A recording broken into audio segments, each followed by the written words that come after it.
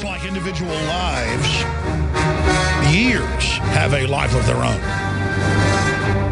That's because the planet orbits around the sun every 365 days, as you know, and generates the life on this planet. Is the main engine, the main energy source for life on this planet. And so 1 year has come and gone and died, literally died. And a new year has now begun in many time zones around the world 24 hours ago. And we are now into 2014. Truly momentous year with all that is happening. It is the first day of January 2014.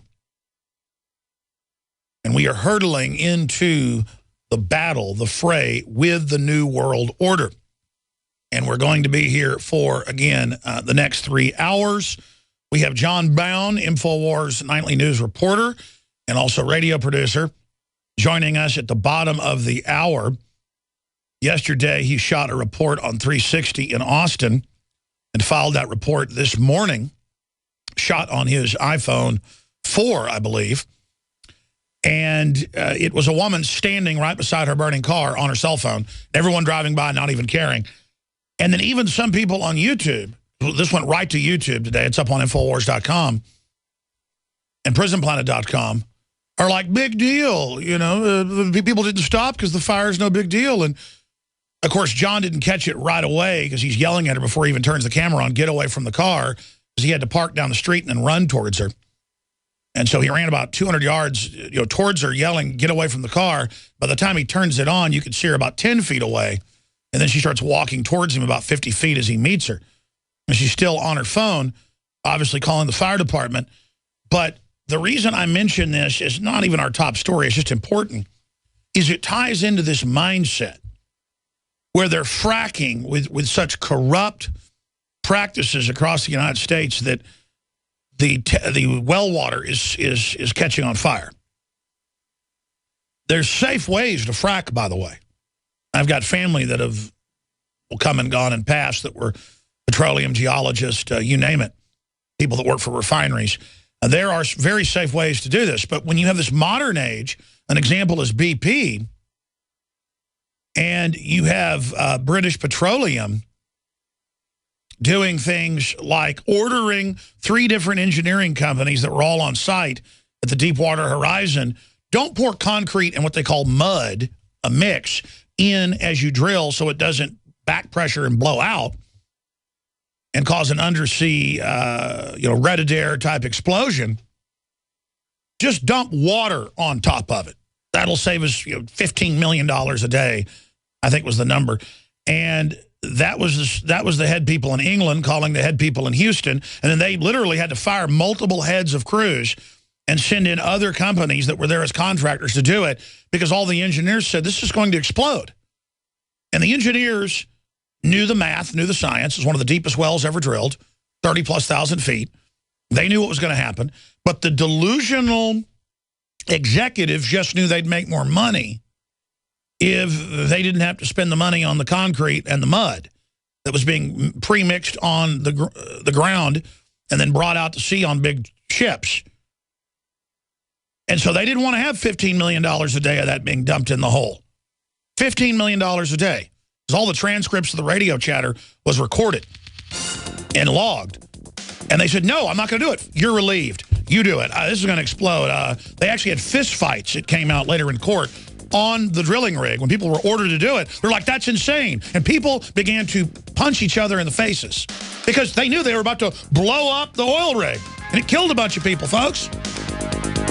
Killed people on land, killed all his fish, all the rest of it. This is the mental illness out there, the insanity. People walking off the end of bridges into the ocean on their iPhones. People watching others be beaten until they're are given concussions, teeth knocked out, broken ribs, no one helping them, police not helping them during racial attack, knockout games intensifying nationwide, thanks to MSNBC race war promotion. Just so many incredible stories that we're going to be breaking down. New, very important NSA developments where a new NSA document confirmed to be accurate, leaked out in the Snowden cache, shows the NSA with their training slides, their PowerPoint slides, calling the public zombies, making fun of everyone, and saying, really, who didn't know that 1984 wouldn't come in 1984? I mean, it's amazing. NSA slides with images of the Apple computer ad, making fun of everyone because we are the enemy. This is an open culture of naked tyranny in our faces, ladies and gentlemen. And again, I want to thank you so much for joining us on this worldwide edition, the first day of the new year. John Baum will be popping in at the bottom of the hour in studio. We're going to air his report he shot on the streets yesterday where a woman's just standing literally 1 or 2 feet from a burning car on the side of the highway, and no one is stopping to help her. No one is telling her to get back. And by the time he got the camera out running up to her, she's about 10, 15 feet away and walking towards him. But the point is that there are people on YouTube saying, hey, he shouldn't have stopped and helped her. She was fine. It's okay to stand by a burning car. That later completely was engulfed in flames, and that John Baum has video of from about 200 yards away. And cars are driving right by the burning car before the fire department got there like they didn't care. And I know that stretch of 360. There's a fire department about a mile away from there. But it's rush hour traffic. People run about 30 miles an hour on a normally 65-mile-an-hour road, just driving right by a burning car. I mean, I see a burning car up ahead. I'm going to get on the shoulder. I'm going to even drive across the shoulder, go the other way, especially I got my kids with me. Because you see one that's already got flame coming out of the bottom of it and smoke everywhere. It's going to blow up when those gas tanks boil. And again, this feeds into everything we're talking about this nation of spectators. And you see this in other authoritarian countries like China, where people will not render aid. I was a case, it's got to be 10 years ago now, where an Austin cop got hit by a car at the corner of a four-way stop with his car sitting there. He'd gotten out, somebody run into him. It was like 45 minutes till anyone even called the police, and he later died. I mean, if I see a cop, an old lady, a black guy, a white guy, I don't care who you are, run over in the side of the road, I'm going to pull over and help you. And it's not because I'm some hero, ladies and gentlemen. It's a normal. I want you to help me. And this is the spirit of tyranny we're dealing with. Just absolutely apathetic. Don't care. Don't care if Fukushima is belching out radiation. Don't care if 90+% of the reactors in the U.S. are leaking.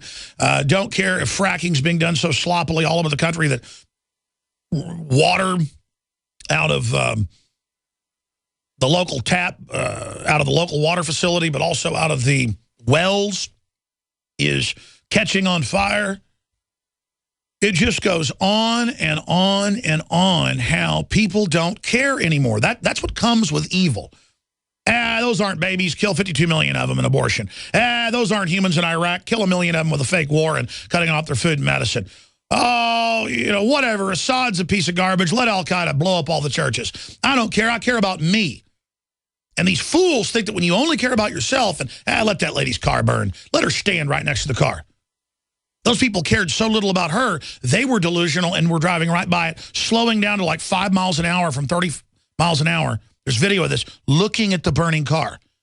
A foot from it. You're a foot from a car, in your car, and you drive up and, oh, look at with black smoke you're breathing.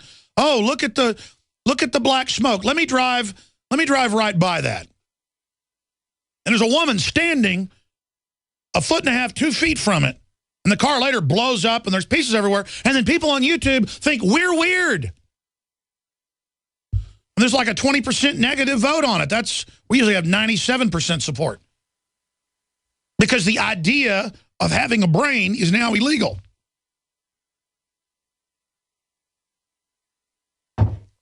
Try to warn people about all this stuff. And it just gets worse and worse and worse and worse. Because they think those of us that are warning everybody that the ship's already gone into an iceberg, that we made the ship hit the iceberg. So if they deny that we've hit an iceberg, we magically then will all be okay. But we've already hit the iceberg politically, socially, culturally. I'll tell you what's wrong with people. They are a nation of mega spectators, a world of spectators, literally plugged in through their optic nerves and via audio as well into the false reality proto-matrix system of television, movies, HD, 3D, all of it. And then the entire system is weaponized and layered with different systems of propaganda, programming, overt, covert, messages, subliminal, on record, hammering the general public's minds. And we are living in an incredible dystopic science fiction movie. That's what's going on. The culture's been weaponized. The media's been weaponized. The schools have been weaponized. The police have been militarized. The entire culture is turning in on itself. And the globalists know how evil nature works. They're evil themselves, but they are programming the types of decadent evil they want into people so that they will not stand up for themselves or anybody else as we are reclamated, as we are spiked, as we are removed, as we are decimated, as we are dumbed down, as we are literally turned into soylent green. You know they're passing laws in Europe and trying to pass them in states like Florida, where you cannot be cremated because of the carbon it puts out, and you cannot be buried because that takes up land use. You have to be dissolved in acid that is then turned into fertilizer and put on crops to produce corn that is fed to cows. Now, just so you know, that is Soylent Green. 110%. And the guys just found a CNBC article showing that. So this is what's going on, ladies and gentlemen. We are going into a Soylent Green situation. And I get some areas are overpopulated. I get there's a lot of toxic industries. I get it. But the globalists are blocking all the new clean systems. And they've decided not to build a better world. That's hard to do. It's easier just to help screw everything up so at least you're in control of it. They're directing all the sins and all the degeneracies and all the corruptions and all the mental illnesses into directed human streams of evil, just like you fire fire hoses at mountainsides to then pan for gold or other extractions, other aggregates, other alluvials that you want.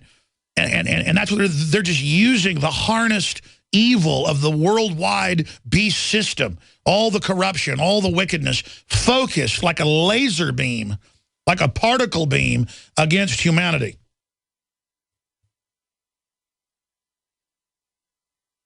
And that's right, they've now released new NSA documents admitting that, of course, Steve Jobs and Apple and Al Gore were with the NSA from the beginning. And, of course, they called their users zombies. I mean, what do you think the head of Facebook calls his users? Dumb effers. He goes, our users trust us in the meeting. And he said they're all a bunch of dumb effers, and then started laughing. And that's who these people are, ladies and gentlemen. I got taken to a party by a rock star during a private party. There where they had the whole floor area of a hotel. And there were high-level executives there. And I'm not going to say anything about it because I was told, obviously, yeah, I know you're seeing this. I took you to see it. But, you know, don't say anything about specifically who they were. So I'll just do it vague. And they all knew who I was. And they were all just animated, hopping around on power trips, literally just laughing at everyone. Even laughing at the people that were there. I mean, it is just, these people are horrible. But I'm going to tell you something, folks. You're the folks who will stand next to a burning car. I'm talking to mainstream people. You're the people that think I'm a weirdo because I'm upset and my listeners are upset. Now, it's 2014. We've got huge news on 40,000 new laws, pedophilia being promoted in the U.S. and Italy, transgender kindergartners allowed to pick bathrooms. That's so they can sexualize the kids. That's coming up. That's on DrudgeReport.com. Also on DrudgeReport.com, the top story in the middle column, nuke fear. Feds order 14 million dosages of potassium iodide. And we're going to tell you what that's about coming up later in the U.S., but also in Europe, Japan, you name it. The latest developments on Fukushima, where they are trying to clean up the site, and it's actually generating more radiation. But there's an article up on drudgereport.com right in the middle column, top story in the middle column, nuke fear, feds order 14 million dosages of potassium iodide. And if you actually read it, they ordered 14 million packages of it, of the IOSAT. We sell it at InfoWarsStore.com. And in emergencies, you know, it's better than nothing. Nascent iodine from all my experts is the way to go. But they've ordered 14 million of these, and they're not saying why. But we're going to be talking about that in more detail. But Watson, in his article, goes over the history. The funny thing is, Gucciardi was already writing an article about this morning without even talking to Watson. It shows how we're on the same page and how we follow the Fed Biz site about FEMA camps, you know, where they're hiring guards for re-education centers who know how to process Social Security numbers, and daycare centers in the FEMA camps where they keep your kids. I mean, it's all there. The billions of bullets, the drones, all the stuff that isn't even classified. Millions of dollars for paper targets of children where they train to shoot kids. We find it all right here. Do you imagine what's classified? And then they just have MSNBC come out and go, there's no FEMA camp. There's no internment camp. There's no Army training manuals for re-education centers, even though we can find it all at the fedbizops.gov, because they're supposed to have free open bidding process. The truth is, most of it's totally rigged, but at least that part of the law makes it where you can see what the public bids are. Including on classified projects, they'll just have the declassified part, but just off that, we can then go ferret around and find stuff out. That's how we already surmised in the last year why we couldn't buy AK-47 ammo, 7.62, 39. All of it was they were buying up all the other calibers so that we couldn't get them. Tens of millions of AK-47s, the semi-autos. I mean, per order, just millions and millions of rounds of every caliber you can imagine, every strange caliber that no one even uses. They're just putting in huge warehouses to drive up prices and to make it unavailable. They've shut down all the lead smelters in the U.S. The last one shut down this week. It shuts down, I guess, today, but it closed last week, but officially is shut today under law. It's just total shutdown of America, total shutdown of anything they don't want you to have access to. So we're going to be talking about that with Anthony Gucciardi, but the story is up on Infowars.com. It's linked in red, and it's the second story there in the featured news area. Now the third story there in the featured news story. Some of the other news we're going to be breaking down: how to address growing poverty, more confiscation by government. Kurt Nemo's article, video, woman stands by burning car, example of sheep-like zombie population. Another one, duping the left, New York mayor is a total minion of the Clintons. And that's well known. But it's okay because he's married to a black lady, so everything he must do is all right. I mean, it just never ends. We've also got articles up there about the media trying to cover up racial attacks against whites that are really intensifying, men and women in public, and the police will not respond. Just like when they had groups of, quote, minority men raping women en masse over and over again the last 20 years in New York. And then finally on helicopter video of 100, 200 men just raping women. The police stand down because political correctness is king. And as long as it's a white devil getting raped by a couple hundred men and getting their jaw broke while their husband gets beat to death, that's a good thing. You understand that? That has to be allowed because only whites could ever do anything racial and bad. You understand that? That's important for everybody to know. And I agree with that. I think that if 200 Puerto Rican men want to rape a woman and kill her, that's all right, if she's white. I think if black people want to target white folks in a mall and nobody comes to their aid and they break bones and break legs and break ribs and knock teeth out and the police stand down, I think that's what should happen. I think the black people should go to the malls with ice picks. Now, I'm being sarcastic. I better not say that. It'll be Alex said do it. Now, this is sick, ladies and gentlemen. This is sick. And it's just like the Klan going out and finding some black guy and dragging him to death.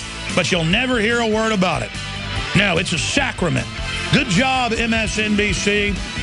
You really are doing a great job destroying our culture. We'll be right back. All the new appliances in the home, are designed to tie into iPhones particularly, not just droids. And I'm not defending droids. I'm not a tech guy. I'm just reading what the experts are saying. They're wide open as well.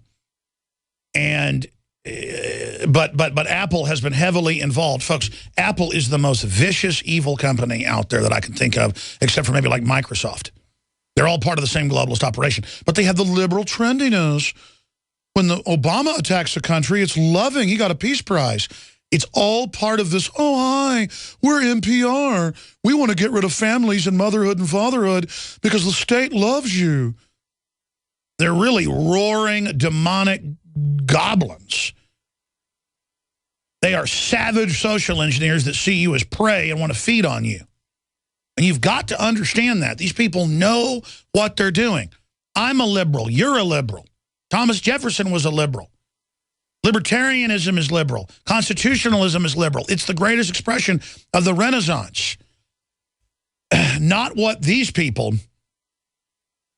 have set up. And again, they take the moral high ground. They're the good people. They just want to teach kindergartners how to masturbate. They just want to teach kindergartners and first graders they can use whatever bathroom they want. Or you don't have to be a boy or a girl. You can be both. We're just adults talking to you about sex. We're not creeps that pull up in a creeper van. No, we're the government. Here it is. Italian court overturns pedophile conviction, says 60-year-old man can grab an 11-year-old out of the back of a yard if the 11-year-old in court says they like what the old man did to him, buggering him. That's out of AFP, you name it, Breitbart, Business Insider. They're all covering it. Here's another one. California, 2014, law affects transgenders, smokers, drunk drivers, says first graders are going to be taught that they could be a transgender. People go, don't be mean to transgenders. Man, that's not even on my radar screen. I don't have anything against anybody. I'm a freedom lover. But don't teach first graders about it when they're not even thinking about it to confuse them on purpose, especially while they're having their food jacked with estrogen mimickers. That's why in public schools for 30 years they tried to make boys, you know, not play cowboys and Indians or not wrestle and do the little girl stuff. I don't care what culture it is. You get little girls and little boys out in a park. Little girls start trying to make dinner and break up sticks and twigs like it's dinner and invite you over for dinner. And, you know, they set up a little tent, a little house, and they'll say, come into our house to the boys. That's what humans do. And the boys are out running around hunting and, you know, going to war. They don't want that. That's why they teach little boys, you're cool, you're stylish, wear pink, and aren't men good looking. And man, that's pedophilia. I don't want you teaching little boys. It's like bringing Hustler in for third graders. You know, it's on record that people like Joe Kennedy would give, you know, pornography to his teenage sons. And that's actually been something that's been done in a lot of cultures. You know, to make sure your boys get primed right and start getting a little, I mean, if they're not already trying to go after the girls, if they're scared. I didn't have that problem. Oh, man, I tell you, I was like a wolf by the time I was 11. But the point is that that's questionable right there. You know, where you go to the deer camp when you're 11 and oh, there's, you know, Playboys laying around over by the domino sets and the card table. But that's when you're 11 or 12, folks, and you get taken around men on a hunting trip and there's Playboys laying over there like, hey, they don't say go look at them, they're just there. That's the culture, though, and they're doing this with kindergartners on transsexual, gay, bestiality, you name it, folks, and that's pedophilia right there. Bottom line, ladies and gentlemen, bottom line. You're not getting introduced to sex by finding dad's Playboys, folks. You're getting introduced to it by kids being put on smartphones that's full of porn and seeing stuff that a grown man doesn't need to look at. And I didn't mean to digress off into this. We're going to get to John Bound's report here in a moment. Briefly, the federal government has been buying tens of millions of dosages during the last Fukushima event. I think it was 8 million dosages. We can look that up. Or packets. This time they bought 14 million treatments of IOSAT that we do sell on InfoWarsStore.com. That helps support the broadcast. And it's the bound type. It's very powerful. It doesn't break down as quickly. But if I had to take this during a radiological event, I would. The problem is it's not maintenance. You'd get sick taking this all the time. You take pure nascent iodine. I personally do every day, and I've built up to taking a lot more, and it just gets better and better.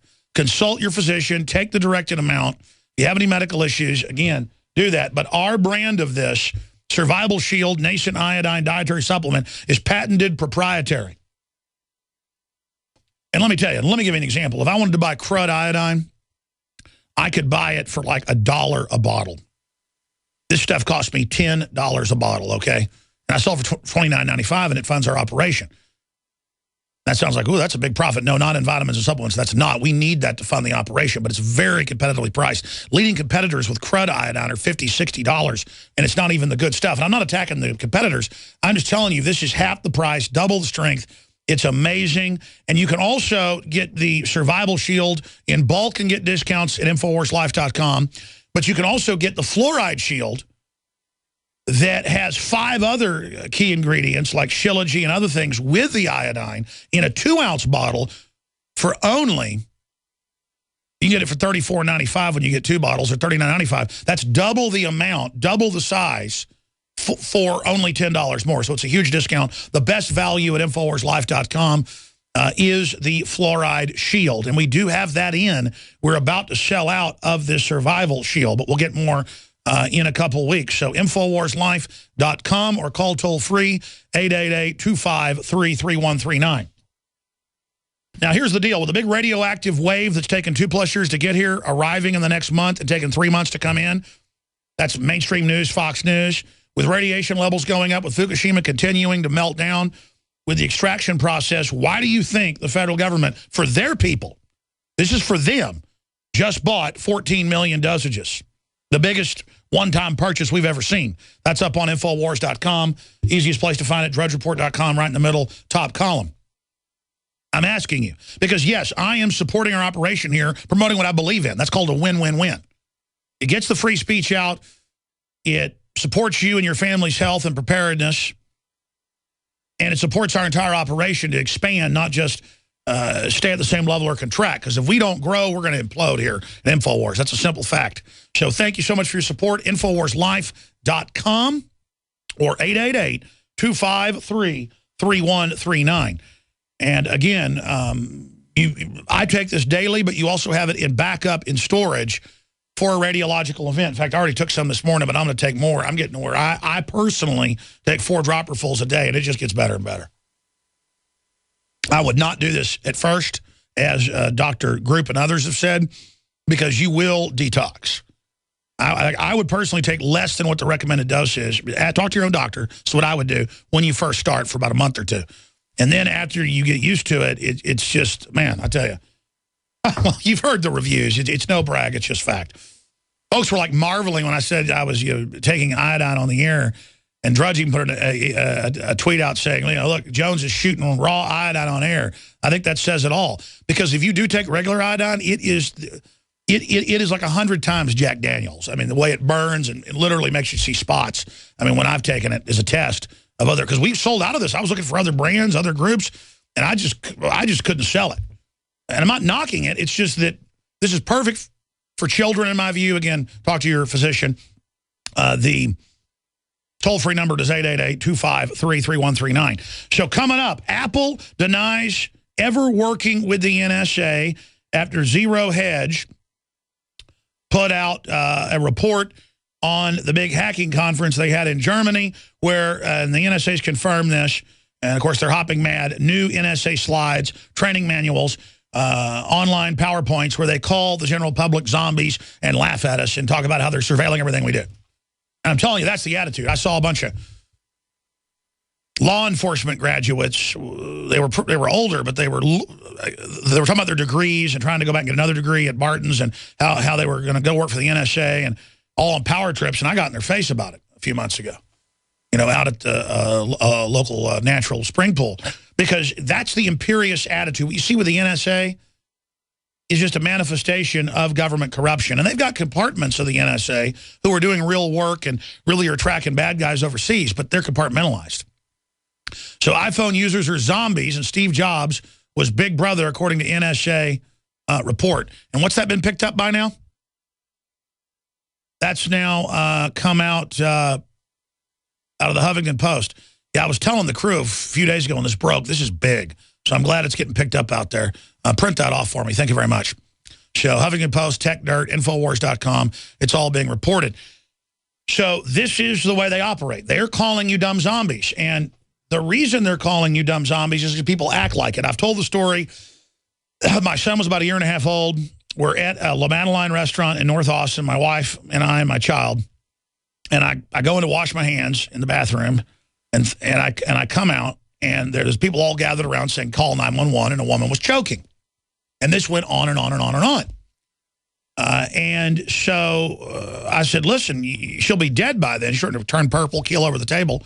It was an obese woman. And I said, you got to do the Heimlich. You might know how to do the Heimlich. And they were like, 911, 911. And so I said, that's it. I'm going in. And I grabbed her and almost had to pick her up, probably weighed 250 pounds, just to get the big ball of bread out of her mouth. Coughed it up, vomited some. They were all looking at me weird. Thank you, you're a hero. But also, I could felt one of her ribs kind of move. Probably cracked a rib. I knew I would get sued. So I just said, let's get out of here now. We hardly even finished our dinner. It had just been done. We left. That's a normal behavior. You see a famous case in Toronto a few years ago where a woman was raped in a nice part of town and watched out of a 10-story building by everybody enjoying the entertainment, and she later died at the hospital. No one called the police for hours. You see this more and more, and this is an example. They don't care if reactors are leaking. People don't care if DU kills the troops when they use it. Wouldn't let them use it until 20-something years ago. There's a culture of not caring, and it's seeping into everything. Don't fix the railways, so railroads are falling apart and trains are flying off the tracks. Don't upgrade the infrastructure.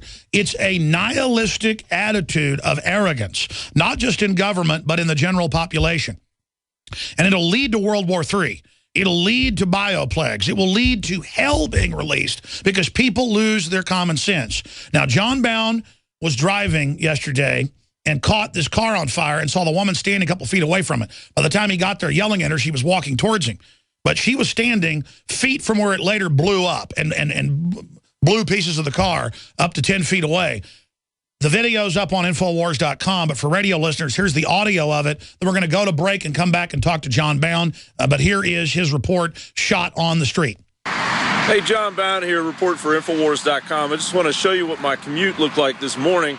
As I was heading to work, I saw a woman standing this close to the burning car. Now you can see this is where the remnants of the fire are. You've got burn up car right here. It's all burnt right here.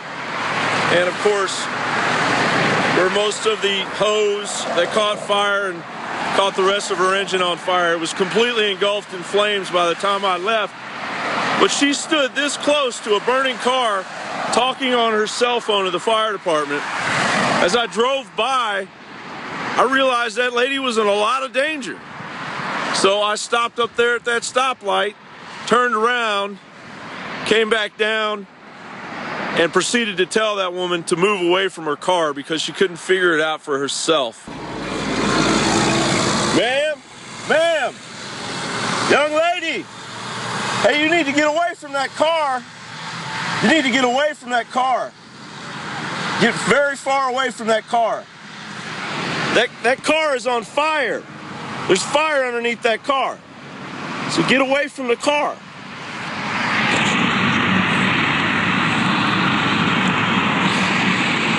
That's after he yells at her for a couple minutes. Yeah. The fire department needs to show up right now and start spraying that down. You need to get the hell away from that car. All right, good. Please keep a safe distance. Meanwhile, traffic was coming this close to the burning car. No one was getting in the other lane, as you can see from the video. And no one seemed to care about the woman who was in mortal danger. Wow, it standing blows next up to a right burning there. Car, and the cars are driving right by. Inhaling noxious fumes and smoke.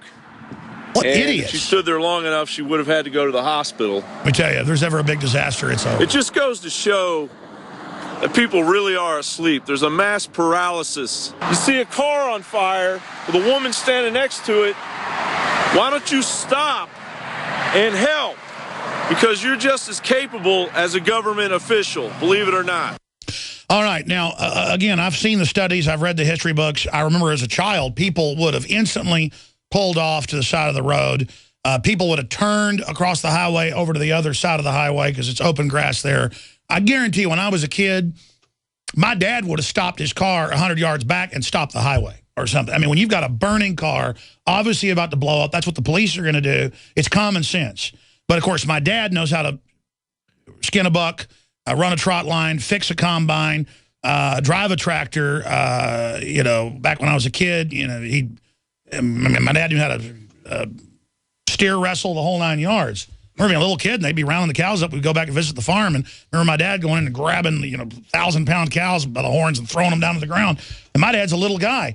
I think of the average person today, they don't know how to tie their shoelaces.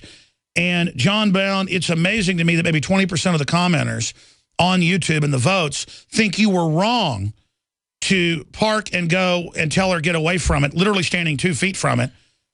And then she starts walking towards you and you start filming it. And then it later blows up as cars are driving right by it.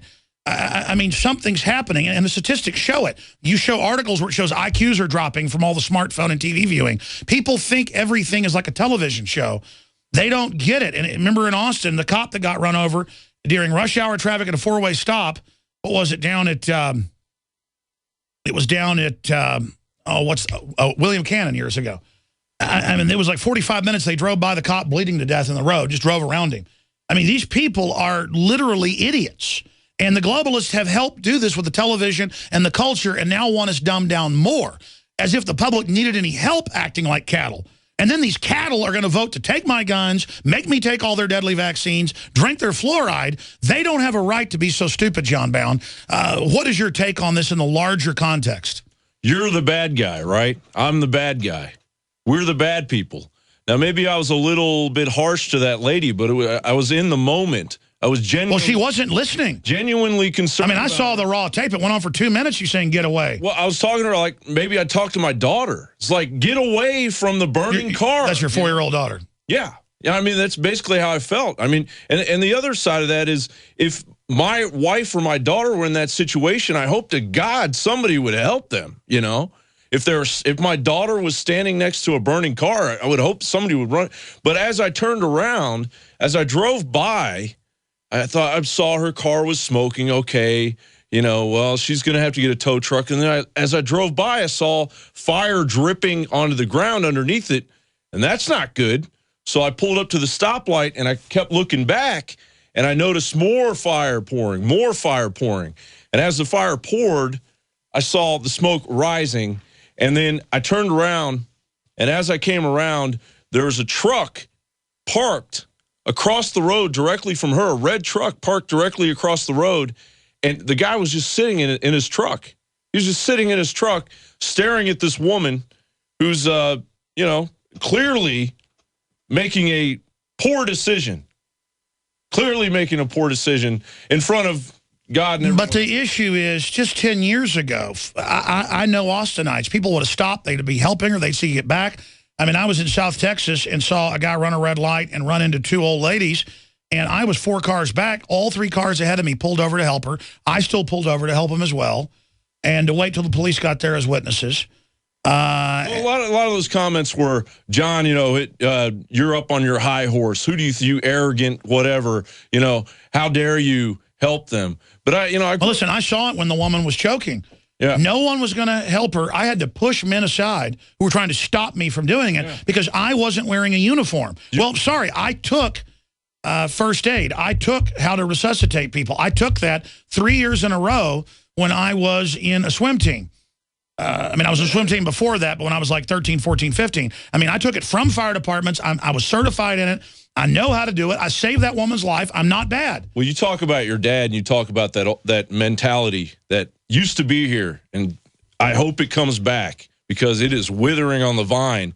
But my grandparents put people up during the Depression who were down on their luck in our basement, took care of them until they got back on their feet back in Kentucky. That's what you do. You take the shirt off your back and you take care of, because when it really hits the fan, It's going to be everybody for themselves. And it's going to have this mentality where everyone's going to have this mentality where it's I'm going to take my shotgun and I'm just going to go get what I want, what I need.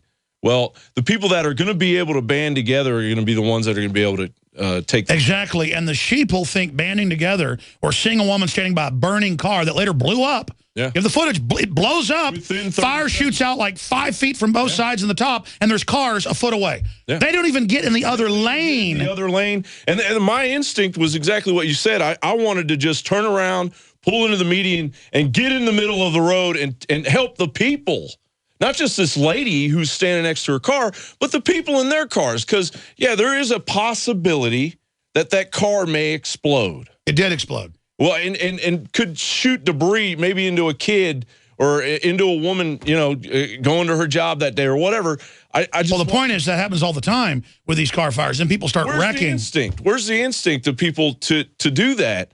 And then when they see somebody do that, they go after my character. They go after your character. And again, we're not complaining that the sheeple attacked us. It shows. Have you ever gone to the ocean and done crab fishing? Yeah. Yep. I mean, all you do is you throw in a string with bacon on it. Mm-hmm. They're so greedy, you let them start eating it. You drag them in. Mm-hmm. Stone crabs, I don't care what they are, regular crabs. And then you throw a bunch in a bucket. They could pile up together and help climb out. But what happens to the one crab that tries to get out? They don't attack each other till one crab tries to get out. Then they all come over and grab him and pull him back down. That's right. Yep. And that's what it is. That's what it is. That's the mentality. And it's born in fear. It's born in this disassociation with everybody else's the empathy of this planet. If they can hold on to their disassociation from everything and clutch onto it to the bitter end, they can go play their video games, go into their own little world as long as they can and defend that. Then they actually believe that they have some kind of truth weighing behind them. Well, exactly, and this has happened in history, but it's mass Stockholm syndrome. And for those that don't know, I've coined that term, mass Stockholm syndrome, because over the years, and of course this has been seen in history before, but in the last 40 years, they've had the term Stockholm syndrome, where people that are held by kidnappers, even abused, raped, you name it, they start defending the kidnappers because it's so scary to admit the bad person has you. They will delusionally, like a prostitute under a pimp that puts cigarettes out on her, will start defending him from even the families of the prostitutes that come and try to get the women out of the bad situation they're in. This is how the mindset works. And so those of us that don't want the NSA spying on us for political reasons, we're the bad guys because we're the ones exposing it. Those of us that are right about the preparations for war against the American people, we're the bad guys because we're pointing out it's happening, and the public, they want to, in a cowardly way, subconsciously accept it and say it doesn't exist or embrace it. And so it doesn't matter if the radiation levels are hundreds of times safe levels in and around Japan and coming across the water towards the U.S. Just say it's fine. They told the MSNBC host, lie and say it's good for you. Lie and say it's not a problem. That's now come out. Sync's gone public about that. That's what it is. It's like, don't say it's bad to teach first graders how to have anal sex in California. That's good. It's fathers that are bad. It's families that are bad. And you're like, wait, this is crazy. This is unhealthy. This is dangerous. No, you shut up. You shut up. You're the one saying there's a problem. You're the one causing the problem. We're going to kill the messenger. And it shows a delusional behavior in the elite themselves now.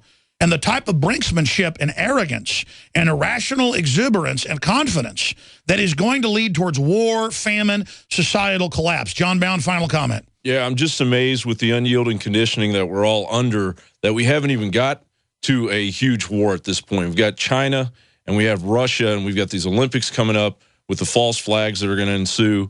And everyone's going to sit at home, and you're going to watch your big HD television. Meanwhile, there are false flags being planned by the Saudi Arabians, and we're all being conditioned to allow that to happen. And then they'll even take our rights away when the CIA is involved, and the Russians are starting to threaten to nuke Europe. I mean, what are they going to do? They start nuking us, a nuclear war starts. What's going to happen to your HD television then? And all we are is some guy by the side of the road saying, get away from that burning car. That's all we are. That's who we are here at InfoWars. That's it. That's it. We're just trying to help. And you can't come after us and our character because we're trying to help. you're in cuckoo fantasy land. But then they like to tattle on the cops that my neighbor has a gun that's even legal, or my neighbor spanked their kid, or my neighbor has a Nerf gun. Those are the very people that won't help that lady. They love to tattle. We'll be right back. Long-time callers, first-time callers. I'm going to give the number out at the start of the next segment. In fact, I'll just give it out now. I want to discuss the zombiosis that's happening in the public and how people won't render aid, and that's in statistics, that's in FBI numbers. At record numbers, they won't help somebody that's in distress, a woman being raped, a woman being mugged, a man being mugged. Police won't help people being racially attacked. There's articles about that today we're going to be getting into. These are the big issues that have to be discussed. And if you won't render somebody else aid, you're not going to get aid yourself. It's a horrible society, and it's what kills civilizations. And the globalists have tried to breed this into us on record. They admit this. And that's really the ultimate sin in my world, in my worldview. I don't know if it is in your worldview, that taking people's individualism, taking their dynamic human spirit, their instincts away, and turning them into spectating biological androids that are trendies, there to just be programmed with the latest trend, the latest download. That is really the end of the soul. And that's the issue I want to discuss for some of this hour into the next hour. Then Anthony Gucciardi is going to be joining us with his top story on Infowars.com, PrisonPlanet.com. It's also linked on the MightyDrudgeReport.com. In the middle of the top column, U.S. government orders 14 million dosages of potassium iodide, huge purchase linked to ongoing Fukushima crisis. And we're going to be breaking that down. Drudge changed the headline to something even more powerful. It's nuke fear.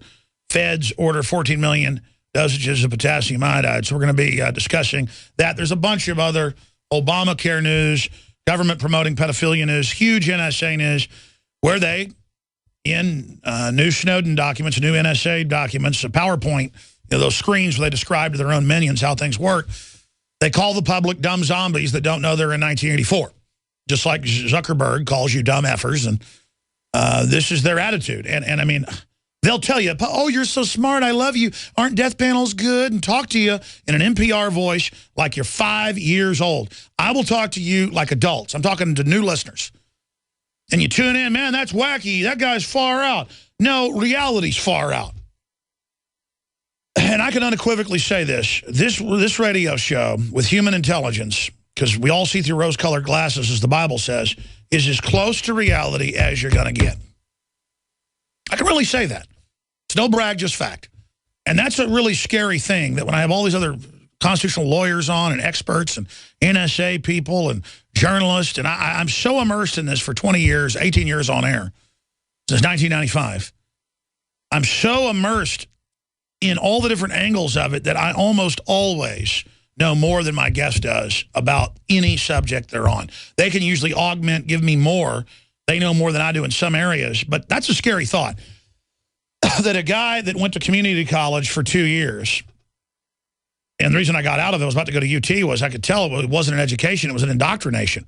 The RTF stuff I was learning was like 10-year-old garbage. I could see where the media was going in the future, and I didn't even think of myself in an arrogant way as super smart. I know there's super smart people out there that if they get into this knowledge and get into this information and outside the box studying how civilization really works from the globalist white papers, not how they say it works in the education level BS they put out, that there are people out there literally who are a lot smarter than I am on so many fronts, better orators, better looking, smarter, everything. You could save us with God's help. But you've got to believe in yourselves to be leaders. But I now realize, and it's not a power trip, it's very humbling, that all my background, being a fighter, being aggressive, not liking undue authority, all of it, that I've got an incredible responsibility, and I was born to fight tyranny.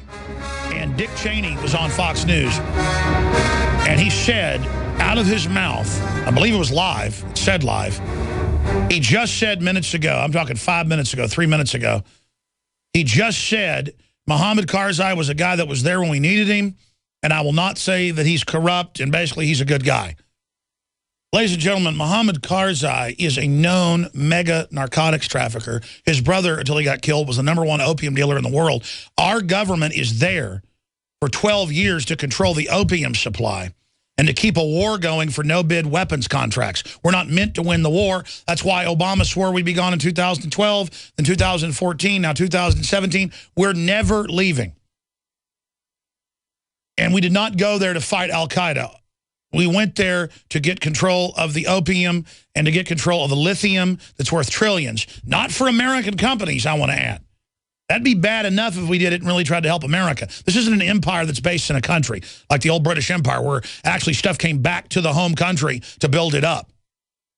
This is, and that's bad enough, but a lot more moral than literally they're extracting America, they're extracting Afghanistan. Look at how they're funding al-Qaeda in Libya, in Syria, in Egypt, you name it, because Saudi Arabia is in the middle of this, and they've been chosen by British intelligence since 1903 on record to take over that entire region, and they've basically done it. And then we put our so-called enemies in charge once they get in control, because the government-controlled media thinks you're so dumb, because the general public are zombies. We showed statistics earlier from CNN, Fox News reporting on it, that failure to render aid is exploding all over the Western world. You see somebody hit by a car on their bicycle, 100 cars will drive by. 1,000 cars will drive by. A cop gets out of his car, gets hit at a four-way stop for 45 minutes in Austin. Nobody helps them. They die. A woman seen being beat over the head with a lead pipe and raped for hours. She's raped for 30 minutes. It's a famous case in Toronto I covered a few years ago. But it happens all the time. And then she sat there bleeding in her miniskirt. And the guy at the telecom corporation on the third floor told all his employees, don't call the police and go back to work, and laughed at her. It came out. It was all, and they all followed orders. I mean, if I had a boss at a telecom and he sat there laughing, and I mean, remember when I see a guy raping a woman, I'm going to go down there and beat his butt.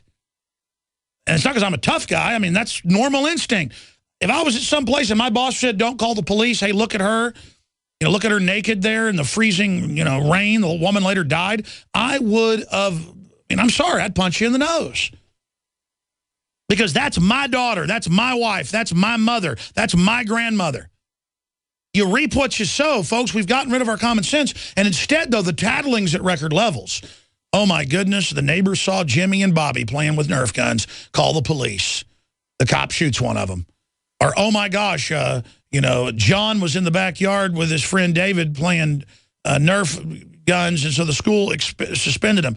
Or I see this every couple days in the news. All over the country, it's always an old man who thinks he's still in America in a quasi-rural area where yuppies have moved in, and they see him cleaning a gun in their garage workshop. Every old man has a garage workshop.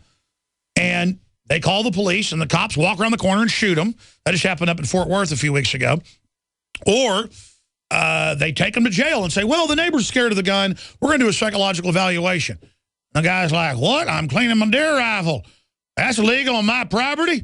Sorry, Mr. Johnson, or Mr. Chavez, or whatever your name is. We're going to take you to jail now. This is the mass mental illness where a woman is choking to death and no one helps her for a minute and a half till I walk out of the bathroom, and then they try to stop me from saving her life. Or where you try to warn people on the street corner. I mean, I've been to national parks and gone, the UN's taking over this park to restrict access and a buffer zone to local farmers. Here's the executive order. People are like, shut up, conspiracy theorist. That was on video. How long ago was that? 1997. So we're talking 13, 14, 15 plus years. And you can see me at the national park saying they're taking thousands of square miles around it. Gold mines they're shutting down. Ranches they're shutting down. Here's the executive orders. Anybody want to talk about it? And people are like, no, I don't want to talk about it. But people walk by and go, you're like that guy in that conspiracy theory movie that had just come out with Mel Gibson. And laughed at me. Or the last time I was at the Grand Canyon, and I got video of this, I'm around the corner at the visitor center. No one's around. I find the UN plaque that I had visited 15 years before. This was just last year. They built a new visitor center, a giant one at the Grand Canyon. The place is deserted. I go around there, and I'm doing a quick video talking about UNESCO, and a guy with an American flag hat and veteran stuff, Navy stuff on, walks over with his wife and goes, I can't believe the crap this guy's talking about. I can't believe un-American. And I said, excuse me, sir? And he goes, whatever. because he didn't like me pointing out that UN designation put our country under foreign control. I was the traitor for pointing out UN takeover. These people want to live in their pod. They want to watch Fox News or CNN all day, liberal or conservative. They want to feel like everything's all right. Everything is not all right. I get so upset I forget to breathe. Everything is not all right, ladies and gentlemen. Everything is not all right, and we have to admit there's a problem. So John Bound sees a burning car with flames under it and a woman standing literally 2 feet from it. He parks a couple hundred yards away on a major road, 360, runs up to her, one of our news producers and host. He runs over, says, ma'am, get away. Ma'am, it takes her several minutes to get away from the car. We put the video up. The car blows up. Cars are driving right by the car as it later blows up and shoots flame out 5 feet in all directions before the police get there and the fire department, who then blocked the road and cleaned it off. I mean, just incredible. And then people complain on the YouTube video that we're being busybodies. No, I see my neighbor's kid throwing a fit and I see him spank him. That's legal and lawful. I don't call the police. I see my neighbor putting guns in their car to go shooting. I don't call the police. If I saw someone with a gun creeping around, I'd call the police. It's all body language. If I see somebody not paying their taxes, I'm not going to tattle on them. If I see somebody smoking pot, I'm not going to call the police on them. I can't tell you. Well, we've covered it and had the family on. How many people have their little kid taken because they go in to get a medical test done and they find marijuana in daddy's system, so they take the 2-year-old, and a month later the child's dead in the custody of the CPS? I can't tell you how many people I know or run into who go to have a baby and who the mama was just at a party and had a low-level THC in her because she got secondhand marijuana smoke. Or so what if she took a hit of it? Shows it doesn't do anything to a fetus comparatively to other stuff in the environment. And then they come and take their baby. No one's warning you. No one's telling you about the real danger. I am a busybody here to tell you there's government kidnappers. I am a busybody telling you that almost everyone I know that owns 50, 60, 100 acres outside Austin, Hayes County, Travis County, Williamson County, Californian liberals have moved here. Everyone I know, everyone, including myself, but I just didn't go out to the gate and answer it. When you shoot guns on your own property, legal and lawfully, the neighbors begin screaming in fear and call the police on you. I was out in the woods with my kids shooting .410 shotgun last year, and I looked over to not even the property next to me that a finger comes down of a 200-acre ranchette. There's only about an acre of it that comes down by the creek. Over that, about 4 or 5 acres away, I heard a woman screaming, they're shooting, run. Finished my shooting, went back in. Later, about 30 minutes later, saw the sheriff's department driving down by the road looking. I mean, this is the country we live in, folks. I live in the middle of the countryside, and if I fire a firearm on my own property, they call the police on me. Now, what I love is all of us and the neighbors have decided to shoot more, so they're shooting almost every day. There is every weekend, and so now the police don't come. We exercise our open carry, our open use of it, so the Californians learn. And I'm sorry, it's always Californians. Californians are colonizing Central Texas. And there's a lot of great Californians, you know, that have come here that are patriots. But the big wave that have ruined California are now coming here. So I want to talk about those zombies, the FaceTime, the screen time, the lowering of the IQ, all the studies, all the statistics, people losing touch with reality, people not rendering aid. How bad is it going to get in a narcissistic mass Stockholm syndrome collapse? Because I'm already seeing society collapse. They're not fixing vehicles. They're not fixing highways. They're not fixing railways. They're all falling apart worse than the world now. Education's imploding. IQ's imploding. Health's imploding. We are a cursed nation. How do you get someone out of the smartphones and out of the computers and out of watching 10 hours of television and video games a day? I use them, but literally only for communication, only to shoot videos and upload them on the spot, and then I turn it off and put it in a Faraday cage, a little bag, little lead bag. And people laugh at that. Just like they laughed 10 years ago when they come to my house, I'd have a sticker over the camera. And I said the FBI activates that. They use it in federal court. It was all admitted then, but the media wouldn't touch it. Now people don't laugh about me sticking phones in a Faraday cage when I'm not using them. Now people don't laugh when they come over. Everybody's sticking the stickers on there and deactivating the microphone. Problem is they turn it on anyways. I told you they use OnStar to listen to you. Of course they do, without warrants. That's all been declassified or leaked. Or I know what I'm talking about is the point. And I'm not on a high horse here, folks. We've got to admit how bad it is and stand up against it. I want to hear from you on the zombieosis, what you're seeing in your area. People are either waking up more or they're getting more into the matrix. How do we wake them up? What are you seeing in your area? 800-259-9231, 800-259-9231. But as Howard Beale said in the great 1970s network, I don't know what all the answers are, but I know first you've got to get mad. You've got to say, I'm a human being. My life has value. Let's go ahead and you touch my kids, you're dead, period. Let's go to Artie in Tennessee, listening on WBCR 1470 AM. And what do you say about the zombie state? What are you seeing in your area? Sir, it's downright scary here. You never thought this would happen in the Bible Belt.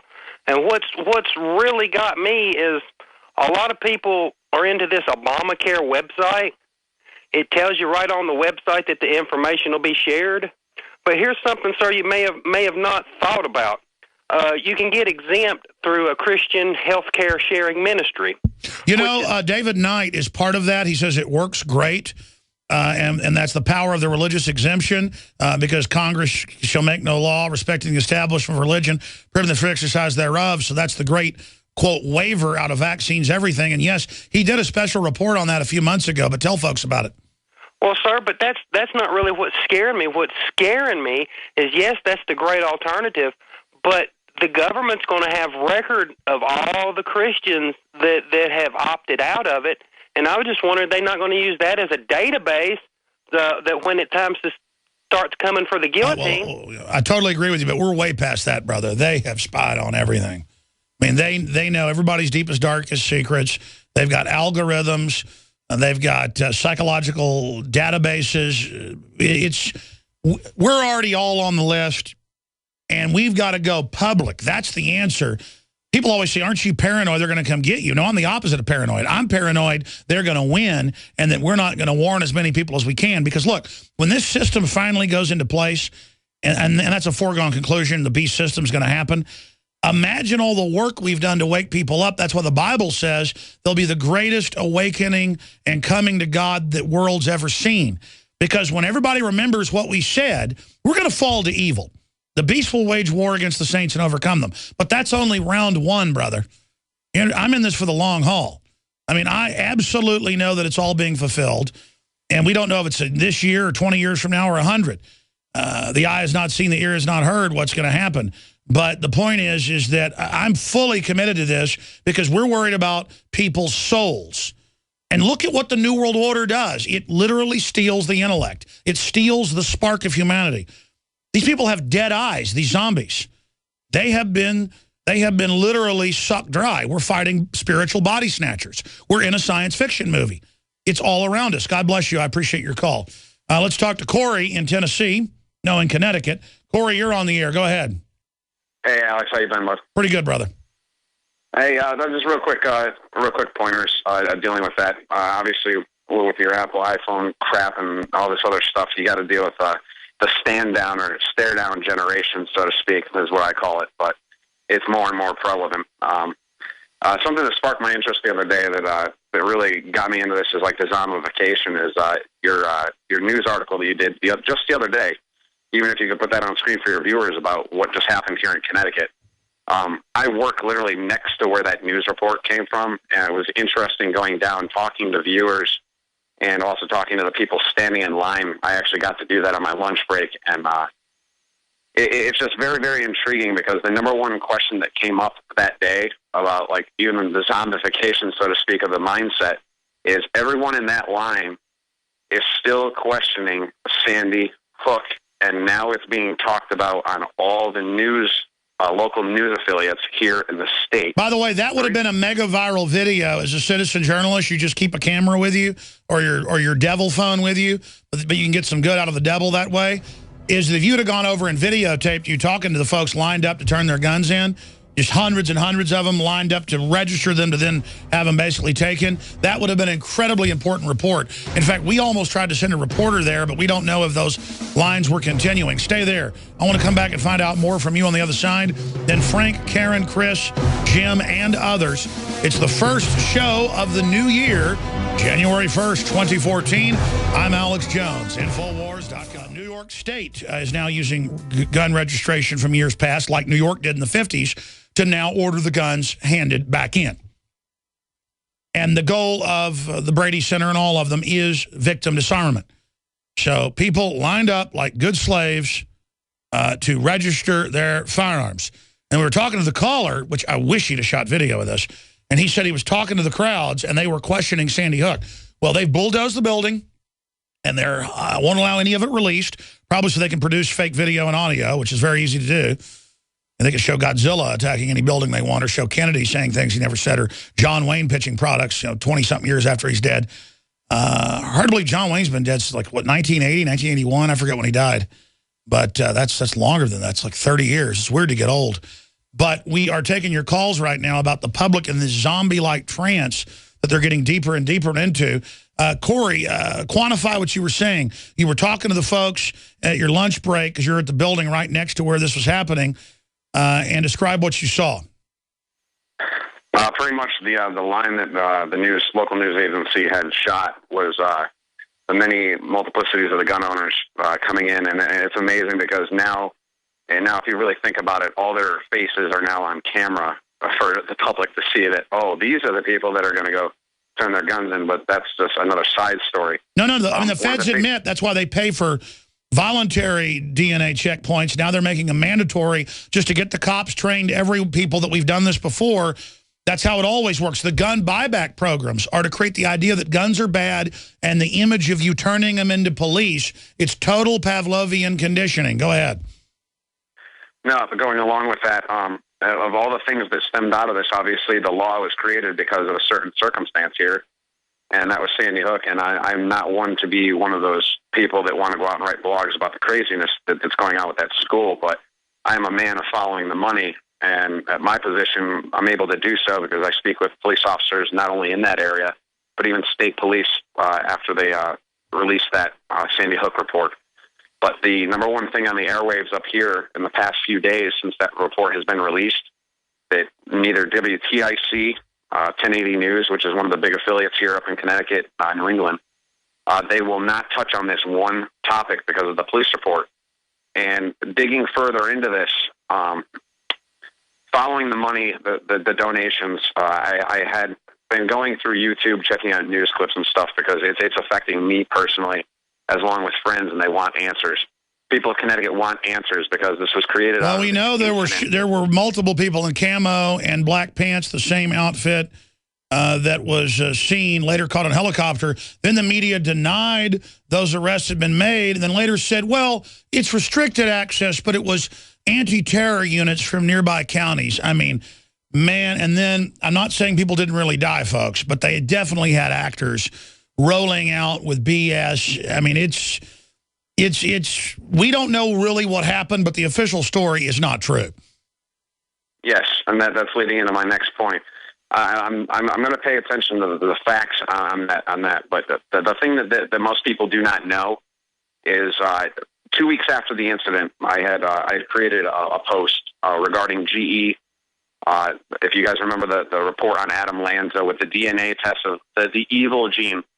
But I didn't really understand what GE was all about at the time. And then I started digging in more to the people within the town and the local communities. And a Danbury officer who just recently retired in the past 2 weeks, who was a canine officer, brought me up on something dealing with the police report, dealing with jurisdiction that no one in the country is challenging as to why the Connecticut State Police wrote this report.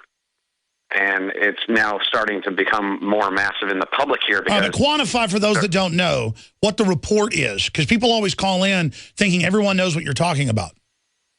I'm sorry. The state police here in Connecticut released the Sandy Hook report a few days ago regarding the audio, visual pictures, and the somewhat thousands of pages of documents, which was obviously put there in place after reviewing them for about 8 hours straight. And multiple people have done that. Okay, get to the meat. Connecticut State Police. I'm sorry about that. Basically, they're leaving out evidence regarding a man named John Trentacosta, I believe is his name. Through all the video reports, they're not telling you that all this Sandy Hook money is being funneled through the Federal Reserve, because I just recently found out that the neighbor of Adam Lanza, to where all the police were actually being located that morning, nobody paid attention to the video reports from the helicopters, but all the police were at the next door neighbor's house, which is John Trentacosta. Well, listen, what you should do is you should do another report on this so that people can actually follow the links you're talking about and investigate it. I appreciate your call. Look, we know Aurora was a staged mind control operation. I'm not going to spend an hour going into that. We've done it. Look it up. It was run by the Pentagon in a government mind control program. He was in a super advanced classified DARPA brain interface program with the Air Force. He was handled by a top Air Force psychiatrist who formerly commanded a major base in San Antonio and was not taking patients previously, who had all of the notebooks and things. He said I was under mind control. He told people in the jail that. They confirmed it. Later, they tried to say he wasn't next to cells. Turned out he was. I mean, I'm not going to go into the whole deal. Multiple shooters, smoke grenades before. You get somebody drugged up who isn't even doing the shooting.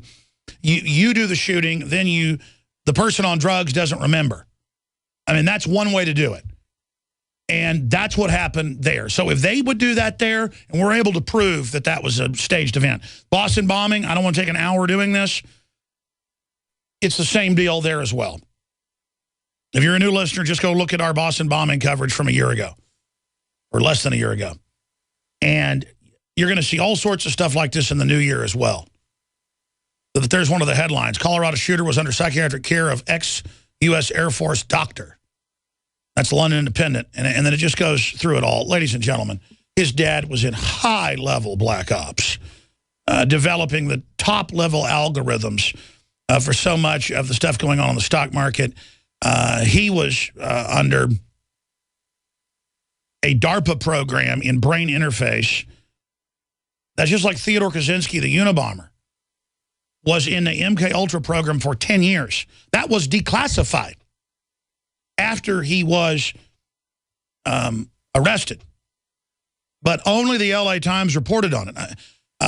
The Alexis shooter, Patsy, from the Naval Yard, said he was under mind control. And he had a top security clearance.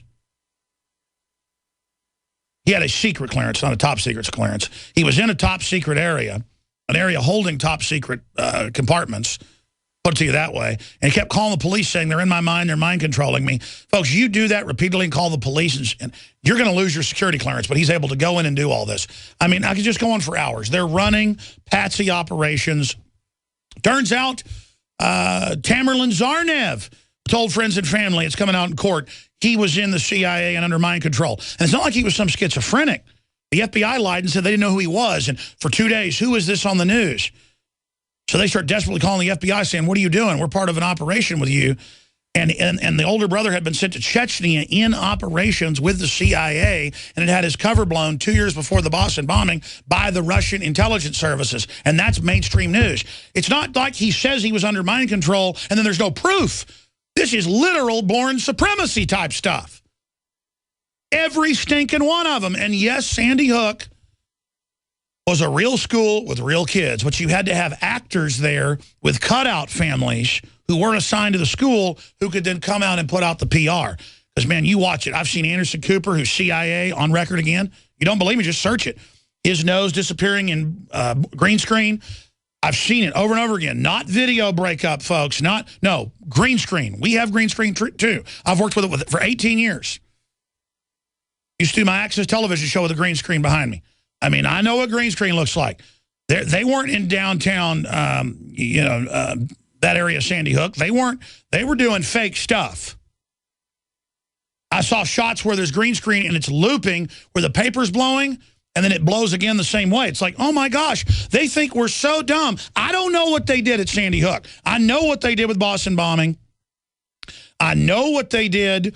And this is freaking me out. I wish this wasn't real. I wish this wasn't true, ladies and gentlemen. It makes me physically sick when a caller starts bringing this stuff up, and I almost don't want to know anymore. I mean, I know what people are talking about. It is so incredibly frustrating. By the way, I'm not just saying Anderson Cooper's CIA. He admits he is. And I mean the bad people at the CIA. And I don't know exactly what they pulled there, but it's bad. With all their Democratic Party operatives clearly out there reading scripts, clearly out there doing these pieces. Some of them start breaking down laughing. What they did is they had a drill. They had some people involved. I believe they killed some real people, because they always enjoy that.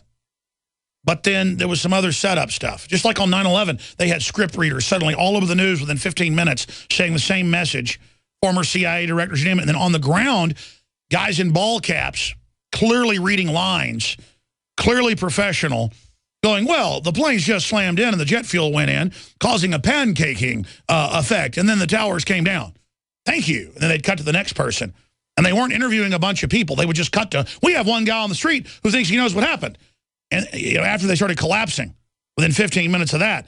And I was sitting there watching it, and it's just, you know something when it's fake. I mean, it's simple, especially when you work in media, ladies and gentlemen. It is really, really, really, really interesting, and it needs to be investigated. Yeah, go ahead and show that video. Go ahead. I mean, this is a sad father who's sad here, though. I'm not saying it's staged. He's laughing, he's smiling, and then he walks up and then starts crying. And then we saw a whole bunch of other parents do the exact same thing.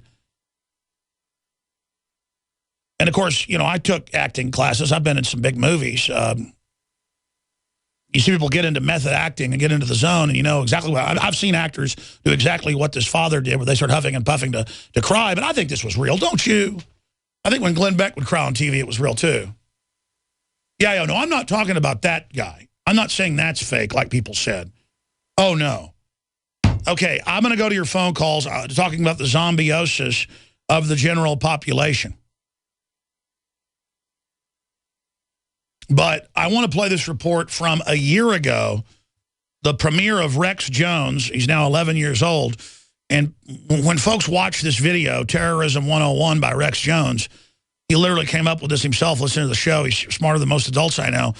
He speaks with a British accent in it, not because he's British, as the conspiracy now is, because his mother didn't want his face on TV yet, so he wore a Guy Fawkes mask. You know, like Guy Fawkes telling you about this terror being staged in that movie V for Vendetta.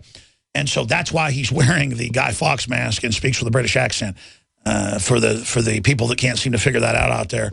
But here is his report now that we have the globalists activating staged terror attacks through the Saudi Arabians all over southern Russia to destabilize the Olympics, as promised, as payment back to Putin for daring to not let them put al-Qaeda in charge of Syria and murder all the Christians. Now as payback, they're doing this. Here is his report, Terrorism 101. Hello, your friendly neighborhood patriot here for an episode of How Terrorism Really Works.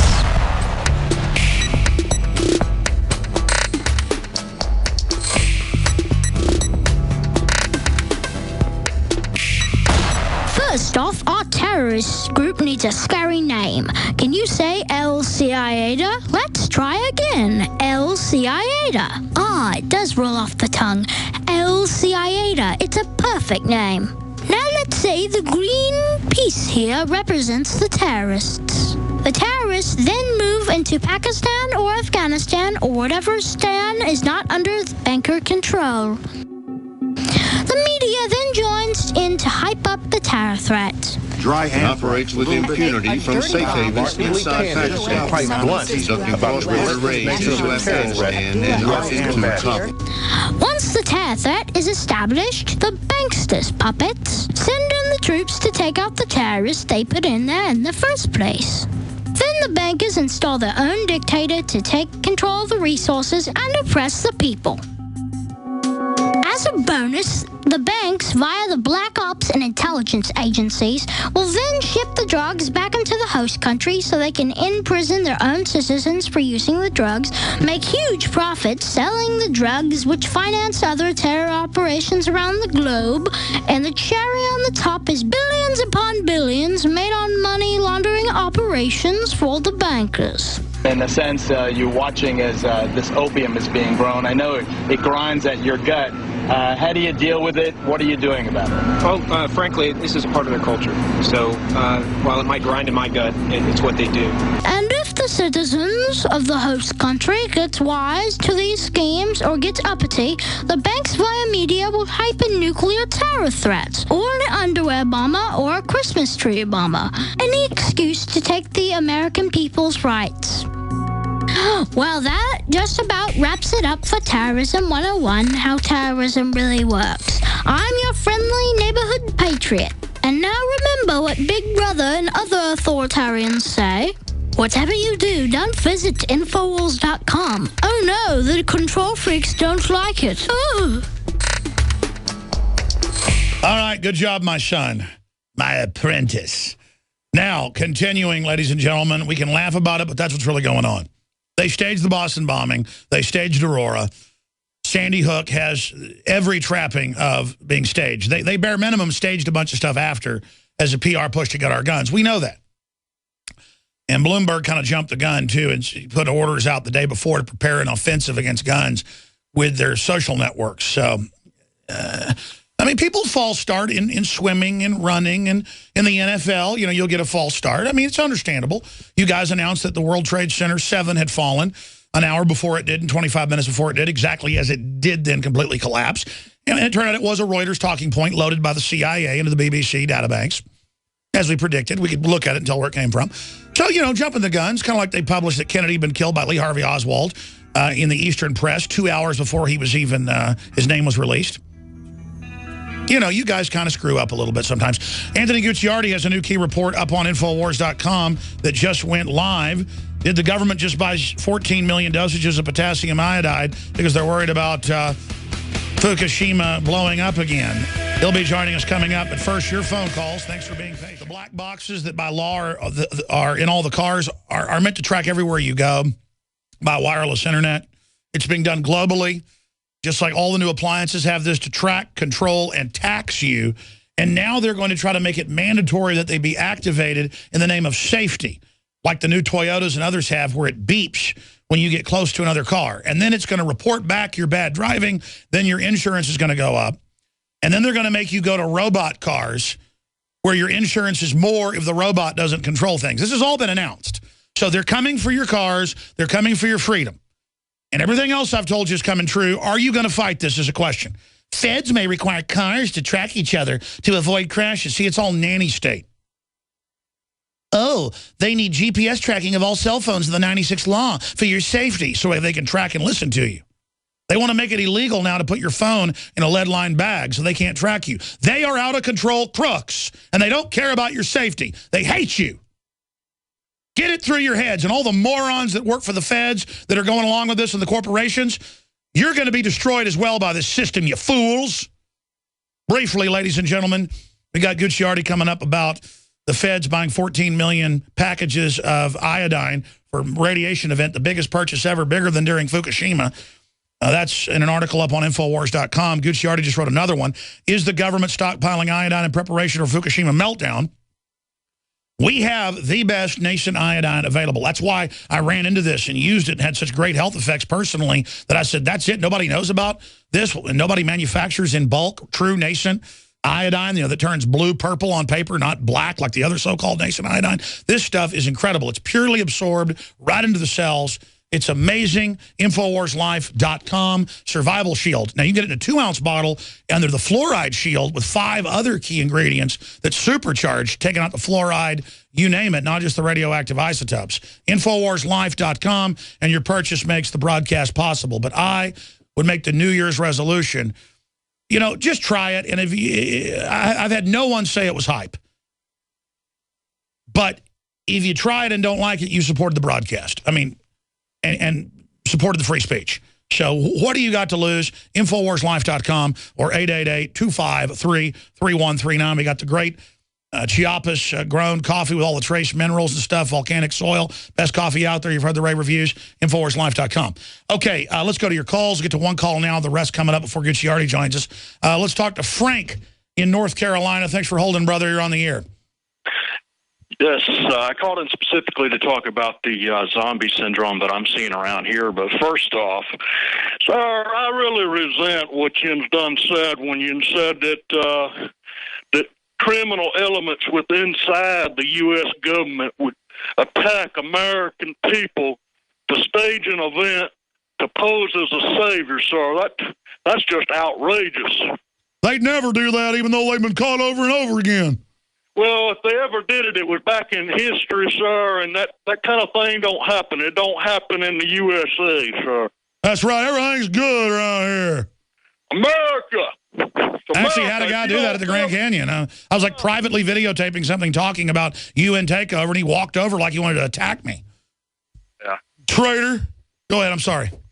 Well, one thing I've noticed here, I'm a North Carolina native, but I only live about 10 minutes from the South Carolina border, and I'd like to spend more time there. In fact, I think I'd like to move there sometime soon. But start getting to that point, and then we'll finish up in the next segment. But tell us about it. Well, there's no spirit of any patriotism, not really, not a spirit of liberty or anything where I live in North Carolina. Now, it could just be my area of North Carolina, but once you cross the border into South Carolina, you start seeing Gadsden flags everywhere. And I'm just... That's because it's the Southerner culture that's now readopted liberty and the Gadsden. Frank, in North Carolina, it's funny, the Army War College did reports 2 years ago now on how they'd have to crush a Tea Party rebellion in South and North Carolina, and how their main mission, this is even mainstream news now, will be crushing American gun owners in the South and the Bible Belt. You hear Obama's speeches about bitter clingers and everybody. I mean, that's it. As bad off as the South is, and unhealthy and obese and a lot of bad statistics in the South, I don't care if you're black, white, what it is in the South, people are more hospitable, they're nice, they say hi to you. I guarantee you, if you were in a rural area and a car was burning on the side of the road, you'd have 100 people stop to help you. And they'd know what to do, too. And it's just, they're just more old-fashioned people. And that's why the globalists see it as the enemy. But go ahead and make your point about the zombiosis we're seeing. Well, it's like everybody keeps saying, it's the obsession. I mean, literally like an addiction obsession with spectator sports. It's almost like people, of all sports, football is probably the one that I could probably myself become addicted to if I had fallen to that. But I'm too strong because I know it's a trap. I know all. Well, that's it. I mean, and it's got the chief and the characters and the warrior leaders, the quarterback and the head coach is the head chief, and they have the battle, and it's all the rules. So it's primitive, and so that's their manhood, and it's designed to rob you of your future. That's why it's so sick. Go ahead. Yeah. And, I mean, I see it as a Judas goat. I know what it is. It's a trap. Otherwise, the establishment wouldn't be pushing it like they do. The politicians, GovCo, big government, little government at all levels. I mean, it's all pushing it. I don't know what's going to happen, man. It's very depressing. I'm encouraged the guy that called from Connecticut, that people are asking questions about Sandy Hook. I mean, I see encouraging, stories every now and then like that. But I mean, around here, people are just, they couldn't care less. And if you do care and you question things, they don't think you're crazy for believing what you believe. They just think you're crazy for giving a damn. That's what I've noticed, is it's like a shield. They wear their dishonor as honor, and they think it's weird that you care. And it's, what kind of world is that? A bunch of dishonorable cowards. That's why, for all its problems and all its corruption, more and more, the only people I find that I even want to be around, other than patriots that are already awake, is military people, because at least they've been in combat. They know what it is to have to tie their shoelaces. They're not cowards. They care about something, even if they've been misdirected and been fooled before. I mean, even as bad as police are, a lot of bullies, thugs, out-of-control folks, that's who the feds are looking for. But I find statistically more police that are awake and give a damn than the general public. I mean, it's just, it's scary to see the globalists loving how dumbed down the public is. I mean, they just love it. And this is my society. This is your society. This is our culture. And you can see it's getting worse. I mean, how far do you think this can go? Because historically, when stuff gets like this, everything collapses.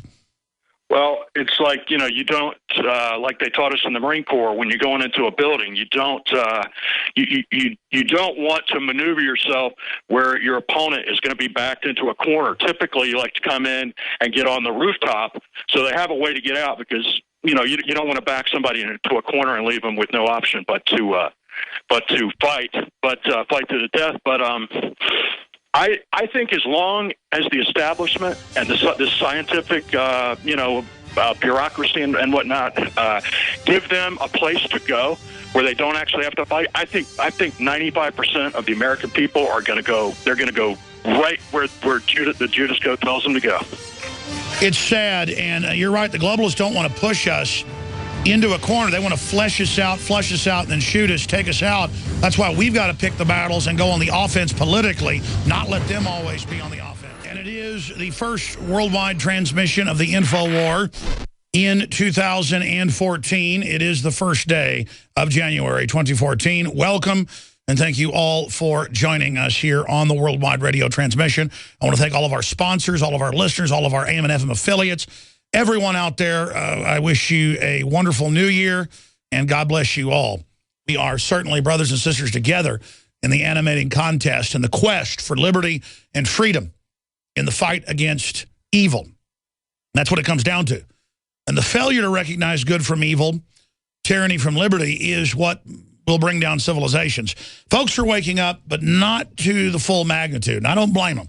Because let me tell you, I study this stuff constantly, and I'm still blown away by just the new evil systems I discover and how far along this is and how sophisticated it is. And yesterday we talked a lot about this with Steve Quayle. You really come face to face to the fact that you're dealing with a spirit. This is above humans, the devil, whatever you want to call it. I mean, if you really get deep into this and study it, it is an animating spirit of evil that we're fighting with the spirit of God. Where there is a spirit of God, there is liberty. I forget which Bible verse there is. Well, where there is the devil, there is tyranny and bondage and poverty and fraud and just sicko, gibbering, mentally ill control freaks that love running people's lives and hate their fellow man. And just looking at an image of that Perry lady that was making fun of white people adopting black kids, and it's just she'd rather them be aborted. It just makes me think of what a slimy enemy she is. It's not even an instinct of hating her. It's an instinct of just knowing that she is coming for us. And just knowing that just keep winning against innocent people. It makes me sick. I'm going to fight hard. And I'm going to figure out how to beat these people with your help. But all I know is we just got to resist them every day, speak out against them, be hardcore, not back down, and never stop. And let me tell you, folks, it's not exhausting. Sometimes I get tired, but I'd be a lot more tired if I wasn't doing this. Because I've got such, on average, so much more energy, even being 40 years old, compared to when I was 20, because I understand the mission, and it is animating. So it's good to fight tyranny, folks. You were born for this. But we are fighting a spirit. We're fighting a sick culture, and we've got to fight it with that. And it doesn't mean any of us are perfect or any of us are on a high horse, but we know when it's self-assured, premeditated, evil and fraud and manipulation and corruption. The people that would manipulate their fellow humans towards evil, trying to cheat their fellow humans, trying to have a corrupt system, they are cancer. And they need to be routed out, ladies and gentlemen. They need to be cut out like a cancer. And they are attacking us with the fluoride, the GMOs, all of it. They are wantonly evil. It's on record, the communist Chinese, the German government, the British government, this broke 4 years ago, all have special vaccines produced secretly for them that are not what the general public are given. No kidding. Because they're adding everything you can imagine on purpose to hurt you and your family to those vaccines. You know why folks that take all the vaccines hardly can talk? They are brain damaged on record. You go, well, look at the flu. It's killing people. The flu shot is what gives people the flu on record. Look it up. Again, the people perish for lack of knowledge. Let's go to your phone calls. I appreciate you holding. I'm trying to move quick now, so I'll just try to get your comment, and I'll have a quick comment back to you. We're talking about the zombie culture. How do we turn the tide of people turning into zombies? As the NSA, we're going to cover this coming up with Gucciardi, as the NSA in their own new documents leaked, calls Apple users dumb zombies that have no idea they're already living in 1984. See, they call you that. They're like, good zombie. You see a person choking, you don't help them, you call 911. Even if you know the Heimlich maneuver. Good zombie. Good zombie. Good zombie. You see the Italian court ruling 60-year-olds can grab your kid out of the backyard and rape them because it's love. That's the headline. Good zombie. You don't get upset. They're going to teach 5-year-olds how to be transgender in California and go in bathrooms with adults. Good zombie. You don't get upset. You're passing the test.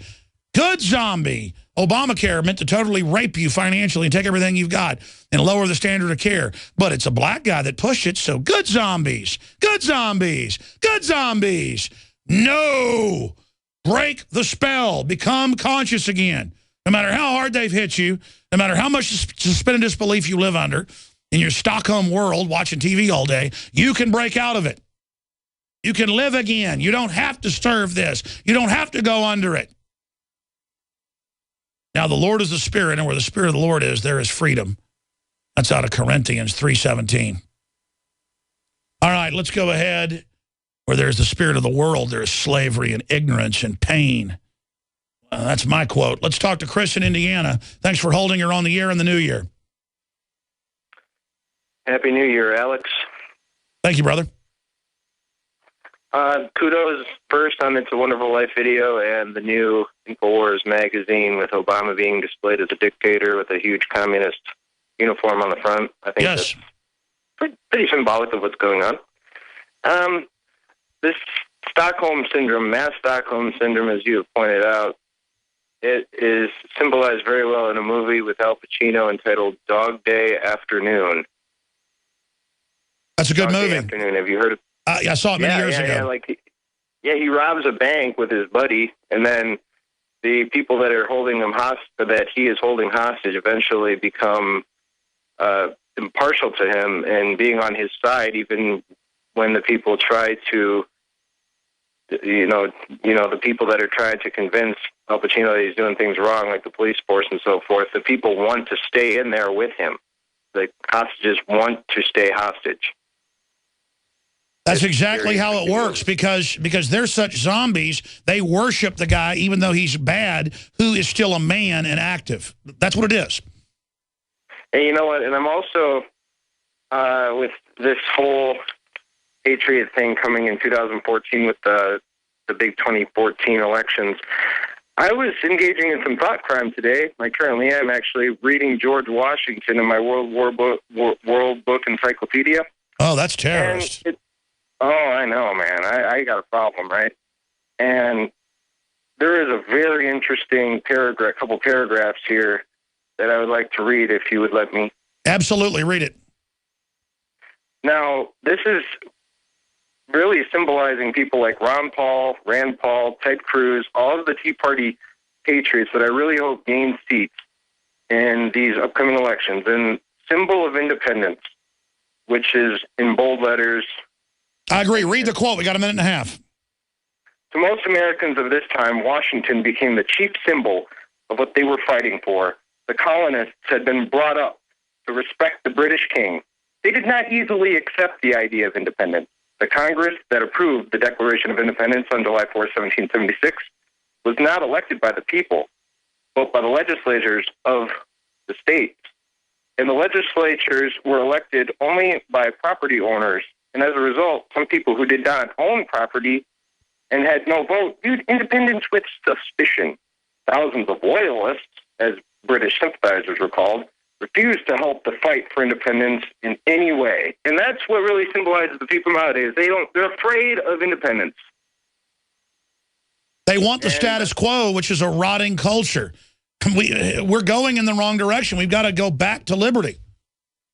Yeah, right. I absolutely agree with you, Alex. And hey, have a good New Year. And I hope just independence thrives throughout the New Year. I hope we don't see any horrible false flags and just people just wake up, start reading books like 1984, Animal Farm, Fahrenheit 451, Brave New World, and read what these people like in the grand chessboard and all this is Zbigniew Brzezinski and exactly. They're all very public. They brag about what they're doing to us.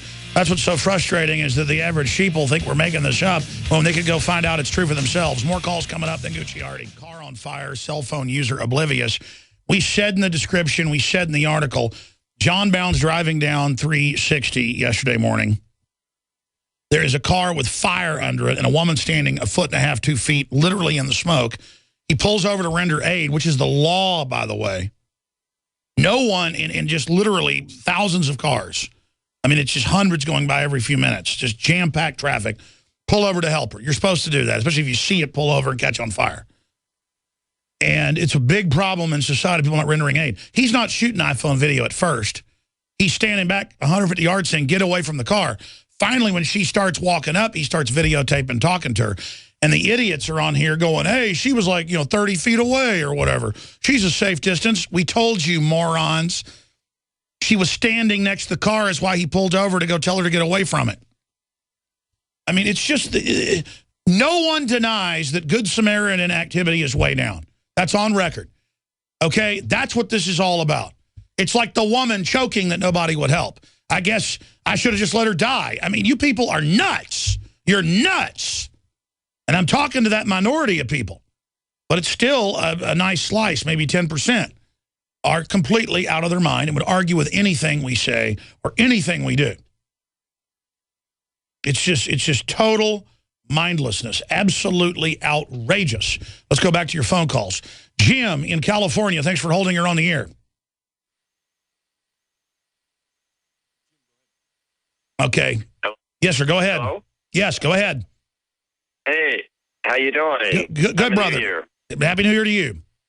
Hey, an example of what a zombie the American culture is they have been convinced my whole lifetime that a third-party candidate cannot get elected president, yet they celebrate one of the most famous presidents, the 16th president, and if they knew their history, they'd know that our 16th president was elected in 1864 on a third-party candidate. It's history.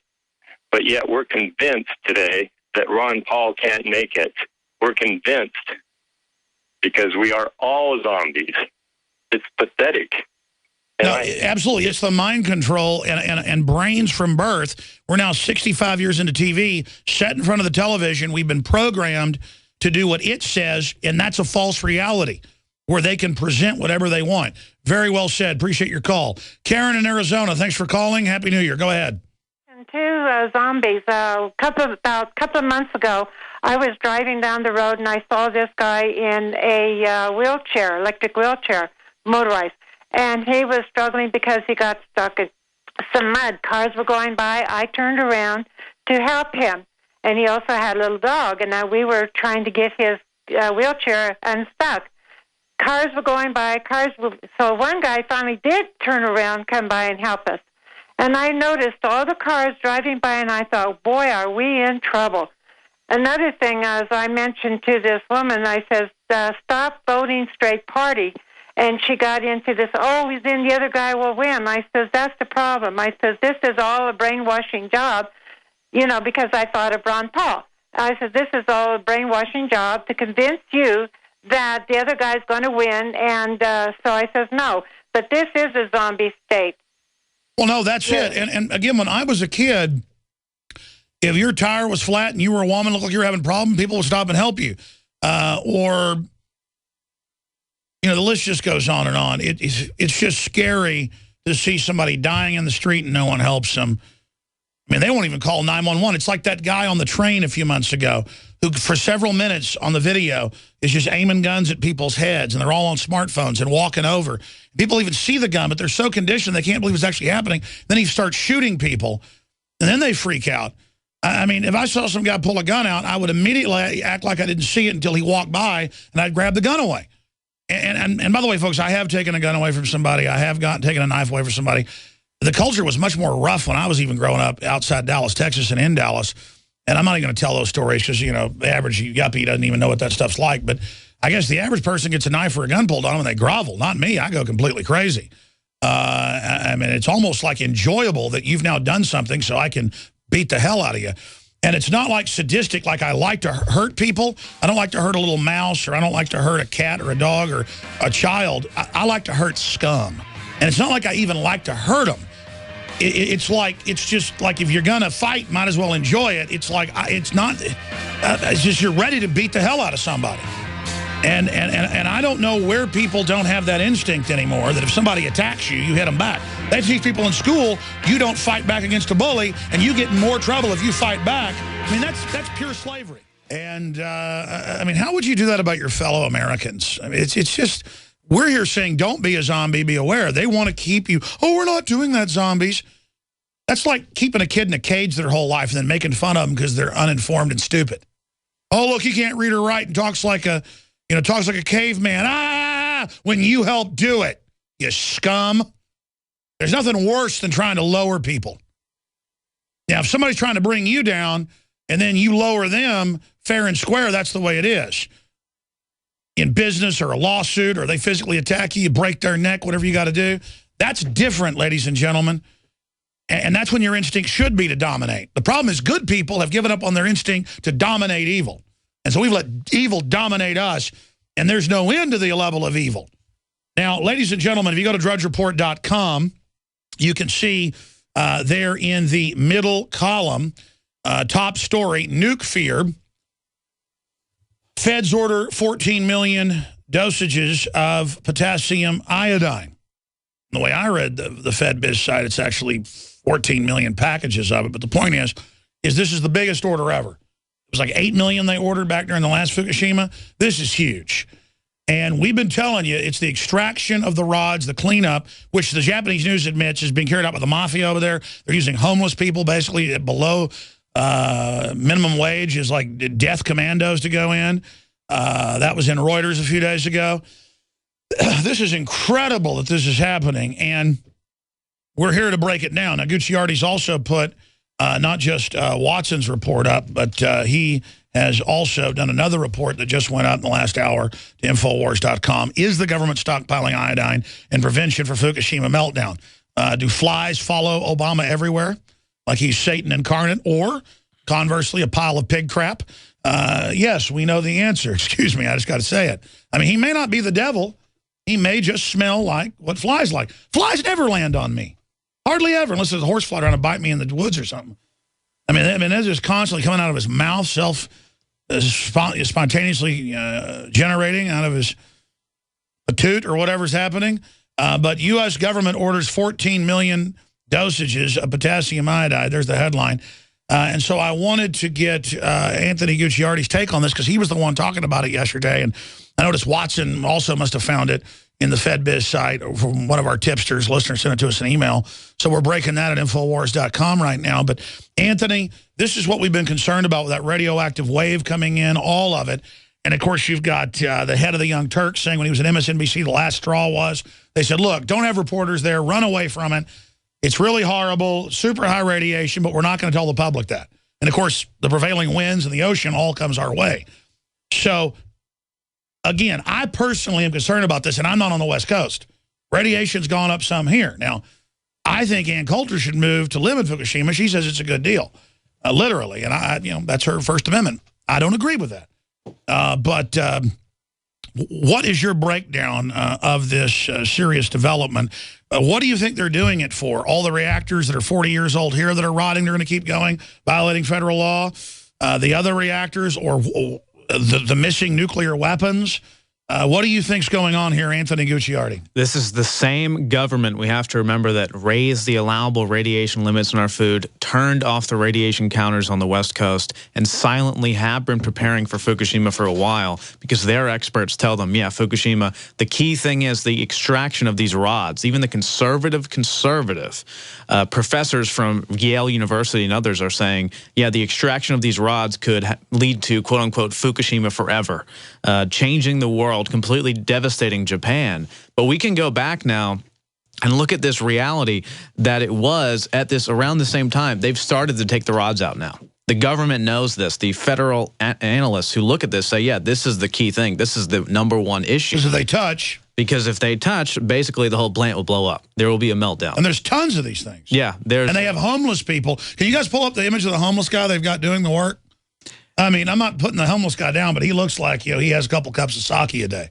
Oh, yeah. Oh, yeah. Human error is just to begin with. But look at this. I think it was Business Insider had the photo, but go ahead. 1,535 rods that they have to extract. That's 1,535 instances of potential catastrophe that could melt down Fukushima, evacuate Japan, completely obliterate the West Coast with fallout. And that's the conservative Yale professor on Huffington Post.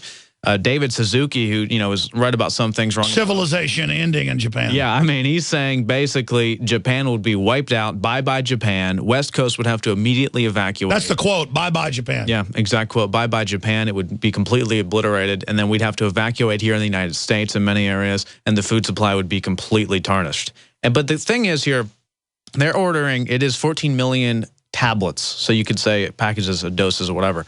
14 million tablets of this potassium iodide, which I believe, and the experts... So it's tablets, not packages. That's the low-quality garbage iodine that, Well, it's better than nothing. Yeah, it's better than nothing, but you take it in an emergency. But anyway, the key thing here is the iodine manufacturers, they all know that Fukushima is probably going to melt down because they have homeless people going in, working on these rods, extractions, and everything. That's right. That's why we've had everybody in the world trying to buy our raw... crystals that we have stockpiled. In the form of elemental. Yeah. You can't even hardly get that anymore. And I was talking to some manufacturers. They've increased it like 2,000% over the last several years, and it's going up more and more with Fukushima and everything like that. In 2011, now it's just extrapolating over and over again. The government is undoubtedly 100% preparing for the meltdown of Fukushima with this purchase. Specifically, the 14 million doses maybe just for the West Coast. And then you could get into the reality that they're also buying it because they know the prices. And by the way, that on screen is the small explosion. Show the Mach 3 reactor. Where it's a big 3,000-foot tall mushroom cloud. Or just look at mushroom cloud Fukushima, and that'll give it to you guys. You'll see it. It's 3 times the size of that. Yeah, that was all downplayed anyway. It was over 2 times the amount of radiation. No, it's good for you. Yeah, there it is. That's good for you.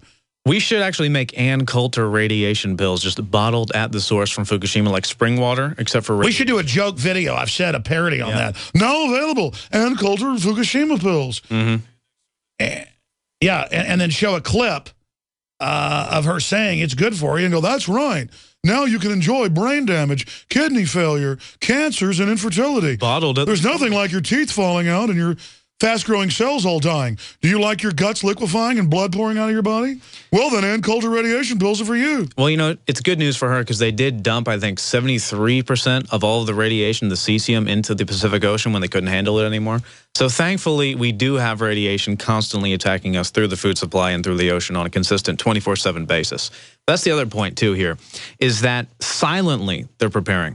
A real government would tell its people, tell its citizens what's going on and order them to prepare themselves. The Russians did when Chernobyl blew up. They said take iodine and also Prussian blue, which we can't get here, that also takes it out.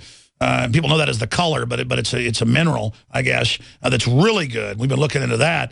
But the whole point is that my wife lived in Europe. Her dad was a diplomat with the agriculture department during that, and for about 6 months, they had to have frozen food flown in from the U.S. and Asia.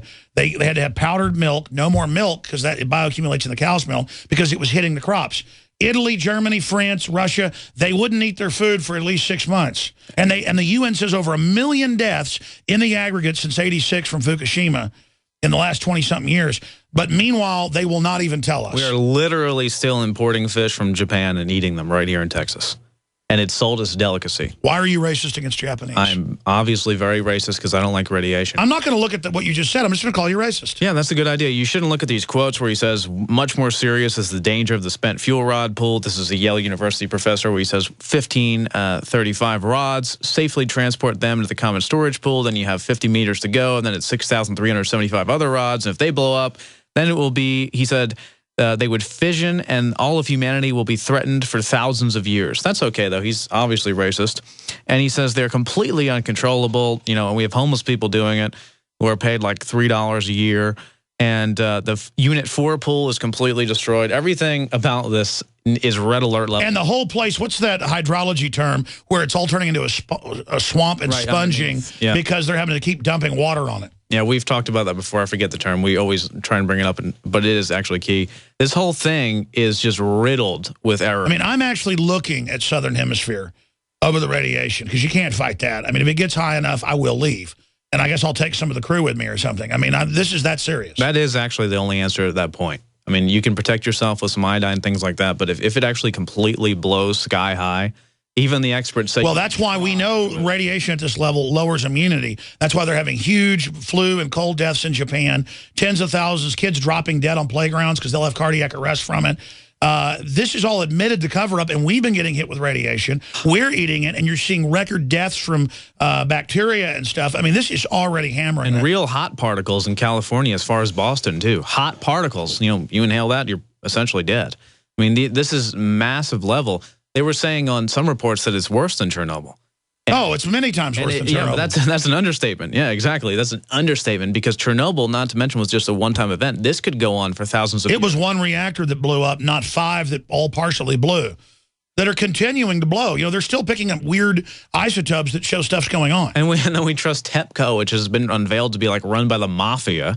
And they're telling us how great everything is, hiring homeless people. That doesn't sound very good. They're taping up things. Nuclear fission technology, they're just using duct tape.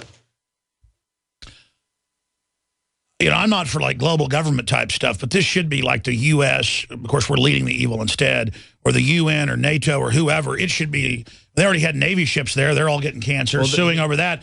But I mean, this should be 100,000 people there volunteering, you know, every month, top scientists, people in lead-lined suits, coming up with the best plans. It should be a Manhattan-level project to clean this up. Instead, they just don't care. The Nuclear Commission did raise it to the highest level recently. The issue is that... I think they created a new level. Yes, and the issue is that no one is doing anything about it. The governments are just sitting back in the United States. This is the highest level nuclear emergency. Yep. And now they were saying, last time I saw a few weeks ago, they may create a new level.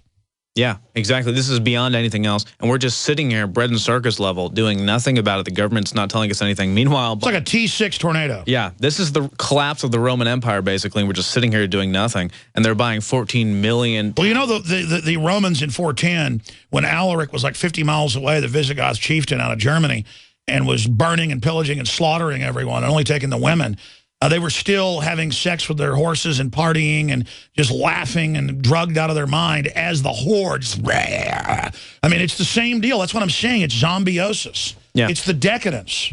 That's what we were talking about off the air. The Roman Empire is the most closely related, in my opinion, to the United States because Obama actually doesn't want fervent supporters as much as he has them. He wants a population that is docile and doesn't care one way or another. Well, that's why they modeled the last 100 years, brought in the fascist symbols of the Senate. They modeled themselves. Look at the architecture. That they say they're the new Rome. Absolute key is apathy. Because the enemy of all of this, the establishment, is to care about Fukushima, care about the fact that it's blowing up consistently, that the experts say it'll threaten humanity for thousands of years. That's the antithesis of the establishment. To not care, to have apathy, is to allow them to win and to allow them to completely destroy our family. And that's what John Bounds reports about. The woman's a foot and a half away from the car. He finally gets, it later blows up. Yeah, I guess he should have just let her blow up. I mean, that's what it could have come down to because some of the comments were like, how dare he annoy her like that? How dare he go in and barge and be so aggressive? Just even having emotions now is bad because passion is the ultimate enemy of the establishment. Passion for anything, as we're doing right now, this passion, people think it's weird that you care that Fukushima is blowing up and killing thousands of millions of people. Gee, that's a good thing to have passion. That's what all of these motivational people have always said, you know, the ones that are real, is have passion for what you're doing, and that's how you have success in business or anything. This is just a new level, bringing the media to the next level about passion. The mainstream media has no passion. The mainstream media reports and says, today Fukushima, blah, blah, blah. They don't care. They don't even report on the real news. This is called passion. That's why. Yeah, how could they all sit around MSNBC and Fox and CNN, it's all coming out, and go, oh, yeah, don't send reporters, and oh, it is increasing here. And then they don't even, they just go home and have sex and party. Yeah. Exactly. I mean, it's just, they're nuts. They're nuts. They're nuts. It is complete insanity. And when people are actually realizing this, though, and that's why 2014 is going to be an absolutely winning. I agree. Now, listen, we're all honest about this. We're concerned about this. This is serious. The report's nationwide at drudgereport.com. U.S. government orders 14 million dosages of potassium iodine. What I do is fund our operation with stuff I really believe in. And we stockpiled this particular proprietary patented nascent iodine. It's the purple, blue, true crystal form in gas injected in the non-GMO from Germany corn-based glycerin. and it is very expensive to produce, very hard to make.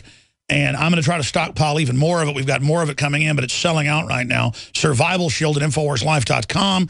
We also have the Fluoride Shield that has 5 other compounds that pull out heavy metals, toxins, with iodine in it. So the Fluoride Shield has iodine in it as well. It's in a 2-ounce bottle, and that we haven't sold out of yet, but we're getting close as well, but more's coming in as well. So, again, Fluoride Shield in a 2-ounce bottle. And then we have for $39.95, very low price for what this cost us. And we have the 1-ounce nascent iodine, that's the pure iodine, for $29.95. And that helps fund our operation as well. So I go out and go, nobody knows about this. This is the best form. It does all this. I'm going to buy it out and sell it. I mean, it's simple. And then we fund our operation. I sell quality stuff, InfoWarsLife.com. Anthony comments on people taking action and stockpiling this. I mean, I've got like 100 bottles at home. Yeah, I have a lot too. I'm taking some right now. I have some actually just sitting there fermenting in my basement, as well as some other products as well. Preparedness is key because, as I mentioned before, potassium iodide, which the government is buying, just as they gave out Doritos and Mountain Dew during Hurricane Sandy, they're going to give out, if anything, this might actually just be for government, by the way. Oh, no, this is for the government. Yeah, but if they were to give it out, they would give out the potassium iodide, which is the poor, low-quality, synthetic, inorganic form. And I'll be honest, we sell that if people want it. Yeah, you do sell it because in an emergency scenario, if you have nothing else, obviously you want to take that. Obviously. My thing about the Survival Shield, the nascent iodine, is you can take it every day.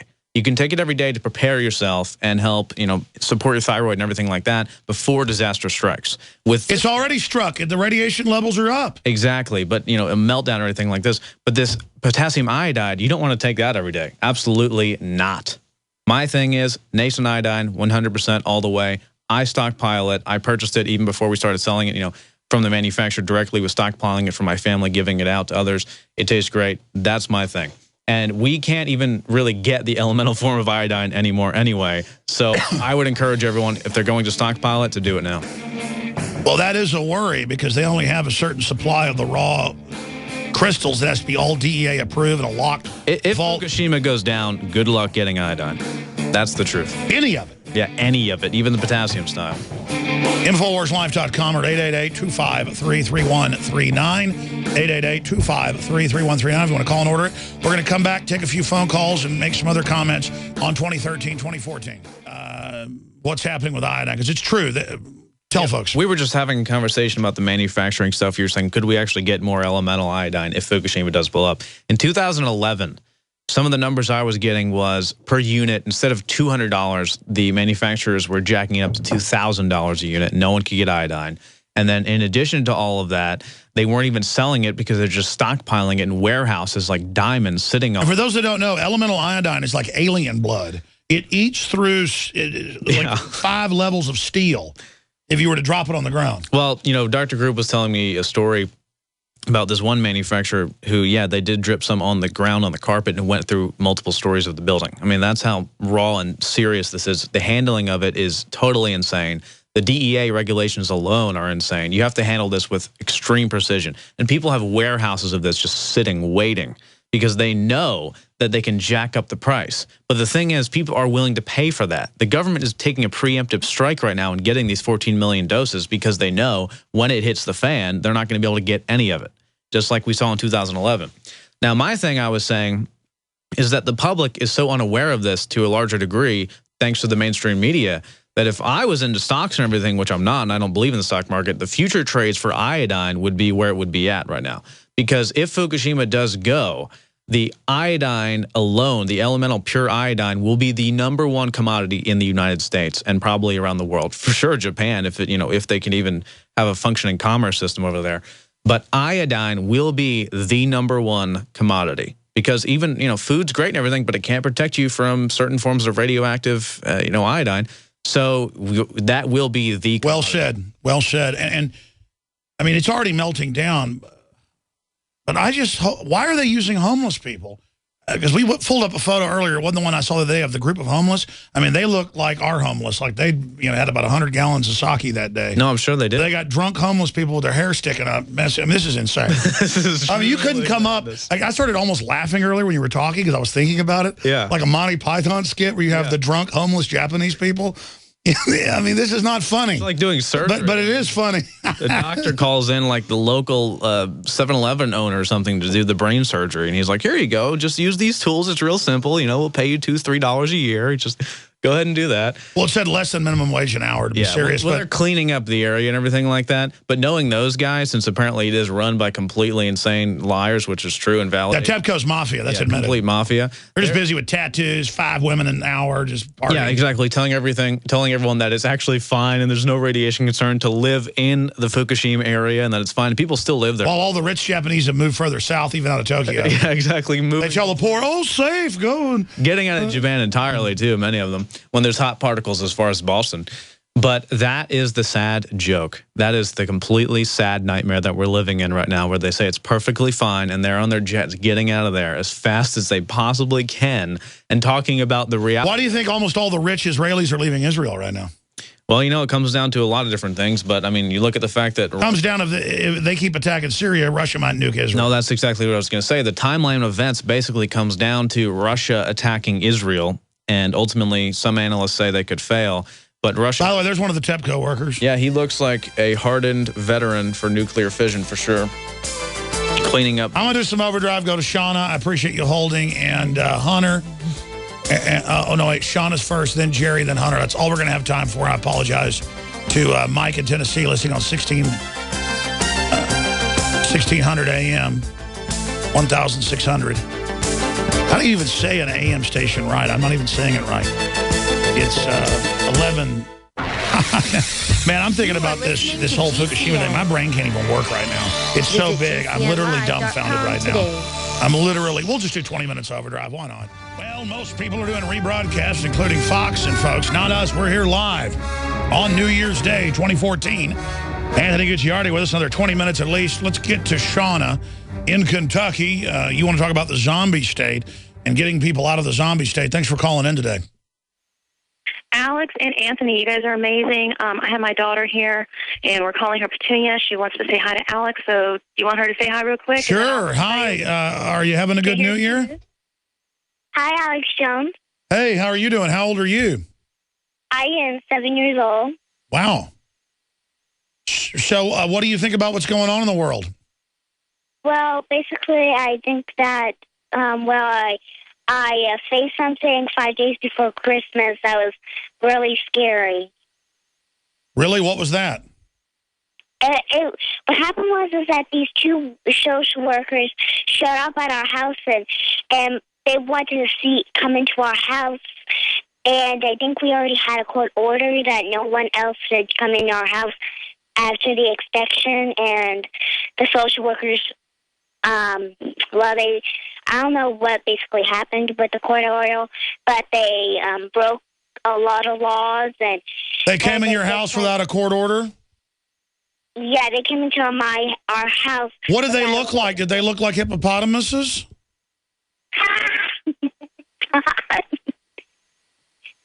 No, Alex Jones. But what they said to my mom is that you care about more than your constitutional rights than your daughter. Oh, really? Really? What did this? Anything else you'd like to add? Then I'd like to talk to your mom about what happened.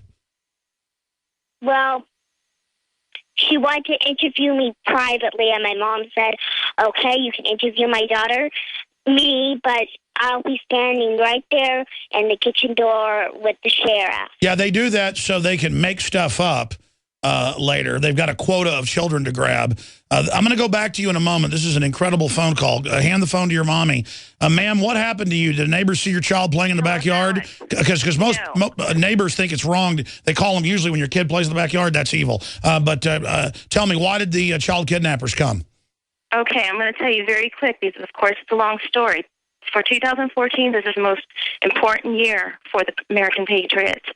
I'm in litigation with a company, okay, who sold us a house that's not good. My daughter's a witness and I'm a witness. And we brought in a home inspector to look at the home. We presented that before the court, that they wanted their home inspector to come in. He came in, falsified a home inspection, sent that to CPS. They were at our door with allegations against us that were all false. Yeah, that's what the spy network in Nazi Germany, it was like that. If the neighbor was mad at you or a group, they would send CPS. Well, you need to sue him for a false report. They'll try to claim it's secret, but you need to go after him. So what did the CPS claim? Okay, so she came to my house, and she said that there were false reports that the house is, well, they said I didn't have a fridge, which of course I did. There was a picture. My range didn't work. It did. I didn't have a heater in my bathroom, which I did. But if they were all false, I have the documents I can show you. She came to my house. I said, you need a court order to come into my home. And Alex, I've been taking niacinamide, fluoride chilled. And I'm going to tell you, I love you, because if I would have been listening to your show, they would have thrown me over. I would not have known what to do. I would not have known how to fight back. Well, I'm going to come back to you after break, because this is a short segment here. But specifically, did the sheriff's deputy force his way into the house? They told, the sheriff came back with him, and they basically said, if you do not let us in, we are going to take your daughter away. If you really want this to happen 5 days before Christmas, we are going to go get a court order. We'll stay there. Okay. So, well, yeah, I mean, these people all need to be sued. On the word of some company that made something up, here they come. But meanwhile, you can't go to that sheriff's deputy's house randomly. You know, somebody claims something. But I'm telling you, you let cable people, home inspectors, anybody in. Don't have your family there when you're there. Because most of these companies, air conditioner repair people, you name it, make more money off 25% bounties on kids and stuff. Stay there than they make on the job. The surveillance grid is meant to destroy the average person. And a lady called in, Shauna in Kentucky, to tell the story about how they got in a fight over inspections with the house, dealing with companies, and then the other company wanted to send their inspector, so they did. And then she was saying they called CPS on her, I guess saying that they didn't have a refrigerator and stuff that wasn't true. I know wealthy people that have had their kids taken because their kid broke their finger at school, and you're at the hospital, and you go, they broke it at school. And they go, we'll see about that. CPS comes in. It doesn't matter that a week later it comes out in court it happened at school, because they've already started an investigation, and they go, just sign these forms. Admit, that you'll do what we say, and then you can keep your kid. You sign them, they leave. Just like the Marines said earlier, when they would clear houses, they would try to come in from the roof or whatever to flush you out so they would have to confront you cornered. So they let you go home for 2 days. Now you think you're going to keep your kid. Now the sheriff's deputy shows up. And they're usually part of special pedo units. I'm serious, folks. I've seen it. It's unbelievable. I mean, you cannot understand the statistically the evil of these people. The special units they have in the CPS, all of it. And then they come in and go, we're just taking your daughter for a few days for an evaluation. They get them there. They give them Cokes, all pastries. They get them all jacked up, throw them into a thing with like 10 other kids. Your kid gets raped, or they beat your kid's brains out. I mean, you see this all the time. That 7 times more likely, it was 5, now 7 times more likely to die or be hurt in CPS clutches than anywhere else. You're safer in a crack house, statistically. I mean, it is the hell pit of earth. Who would want that job, even if you were, every once in a while, you weren't a bad CPS person and you were actually trying to help kids that are being hurt or whatever, because there are bad parents out there. Well, usually they're not allowed to take those kids. The court doesn't want some kid, that's all totally screwed up. They want your healthy little kid. They're going to get top dollar. And that's what they do. If this woman's child had been 2, gone. 1-year-old, gone. The fact that she's 7, she could speak out when they got their clutches on her, and then she could, and it's not as easy to physically hurt and have your way with a 7-year-old. That's why they really love Down syndrome kids, to get them when they're young, because no one's going to believe them. That's these units' favorite thing to torture. And I'm sorry to have to talk like this. You just need to know the government is total scum evil at the top. Its tentacles go down. The CPS is the mouth of Satan, basically, to eat your children. And this woman's saying, thank God, started crying that she'd heard the show to know how to handle them when all this goes on, or she wouldn't have her daughter. But it's time for us to stand up to the CPS. They are the most evil organization in the world. They do the same thing in Europe. I've had members of parliament on. They constantly kill these children. They constantly beat their brains out. They constantly rape them. I mean, it is just hell force level. And it's something that really gets to my guts, because I covered this a lot when I was first on air. Local news, and I would go and see them lie in court, not even put the right names on the paperwork. And the judges in Travis County over family court literally Judge G. Miner and others that they built buildings after are literal Janet Reno goblins. I mean, literally, like Emperor Palpatine gets off on people being in pain. When the families cry and all this bad stuff happens, the judge literally is feeding on it psychically. Okay, I mean, I'm telling you, I cannot be in the room. I mean, I literally, it's like being stabbed by a ringwraith sword, ladies and gentlemen. When you see them preying on the kids and you know you can't stop them, and you know, and then they've got little potbelly cops, they're the special units, and you know what they are. I mean, when you realize you're dealing with literal scum. Now, ma'am, just tell your story in a nutshell so everybody understand what happened, because they may, not trying to scare you, may be lurking back, but expand on what happened. So now, how did the sheriff's deputy force their way in? I guess they said, well, we're going to come back, take your kid, which is a terroristic threat, because the court order was a fraud. Maybe they wouldn't get it. Maybe they didn't tell you could go to court and challenge it. They just said, we're going to take your kid if you don't let us in now. They'll use a plate in the sink. They'll use dog hair. Doesn't matter. Their facility's got kids with herpes being gang raped. That doesn't matter. They're going to find a dog hair and take your kid. So what happened? Okay. So she said that she's going to get court order. I said, okay, I'm going to go before the judge and I'm going to argue this. Then she escalated. She goes, oh, no. I'm going to go tonight and I'm going to get a court order. And I said, well, what's the legal way to do this? And she said, I got to get a court order and I got to do something else. I said, let's do it legal. Get out of because what happened, it started to rain and they were in one room. I said, get out of the home.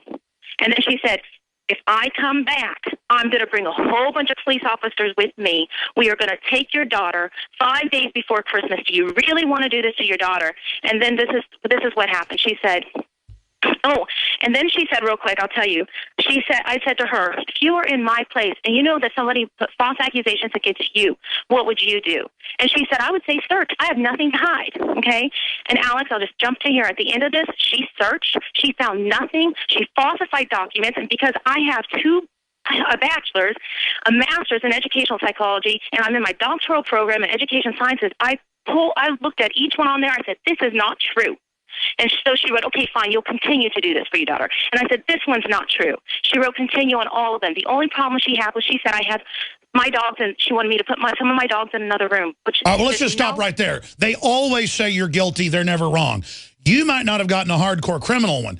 They will make up anything. And once they get your daughter alone, they say, you will see mommy again when you show me the doll, and that they put things in the dolls behind.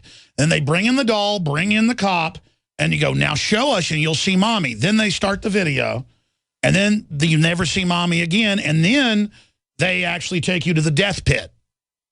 Medical science, you name it, or they might sell you.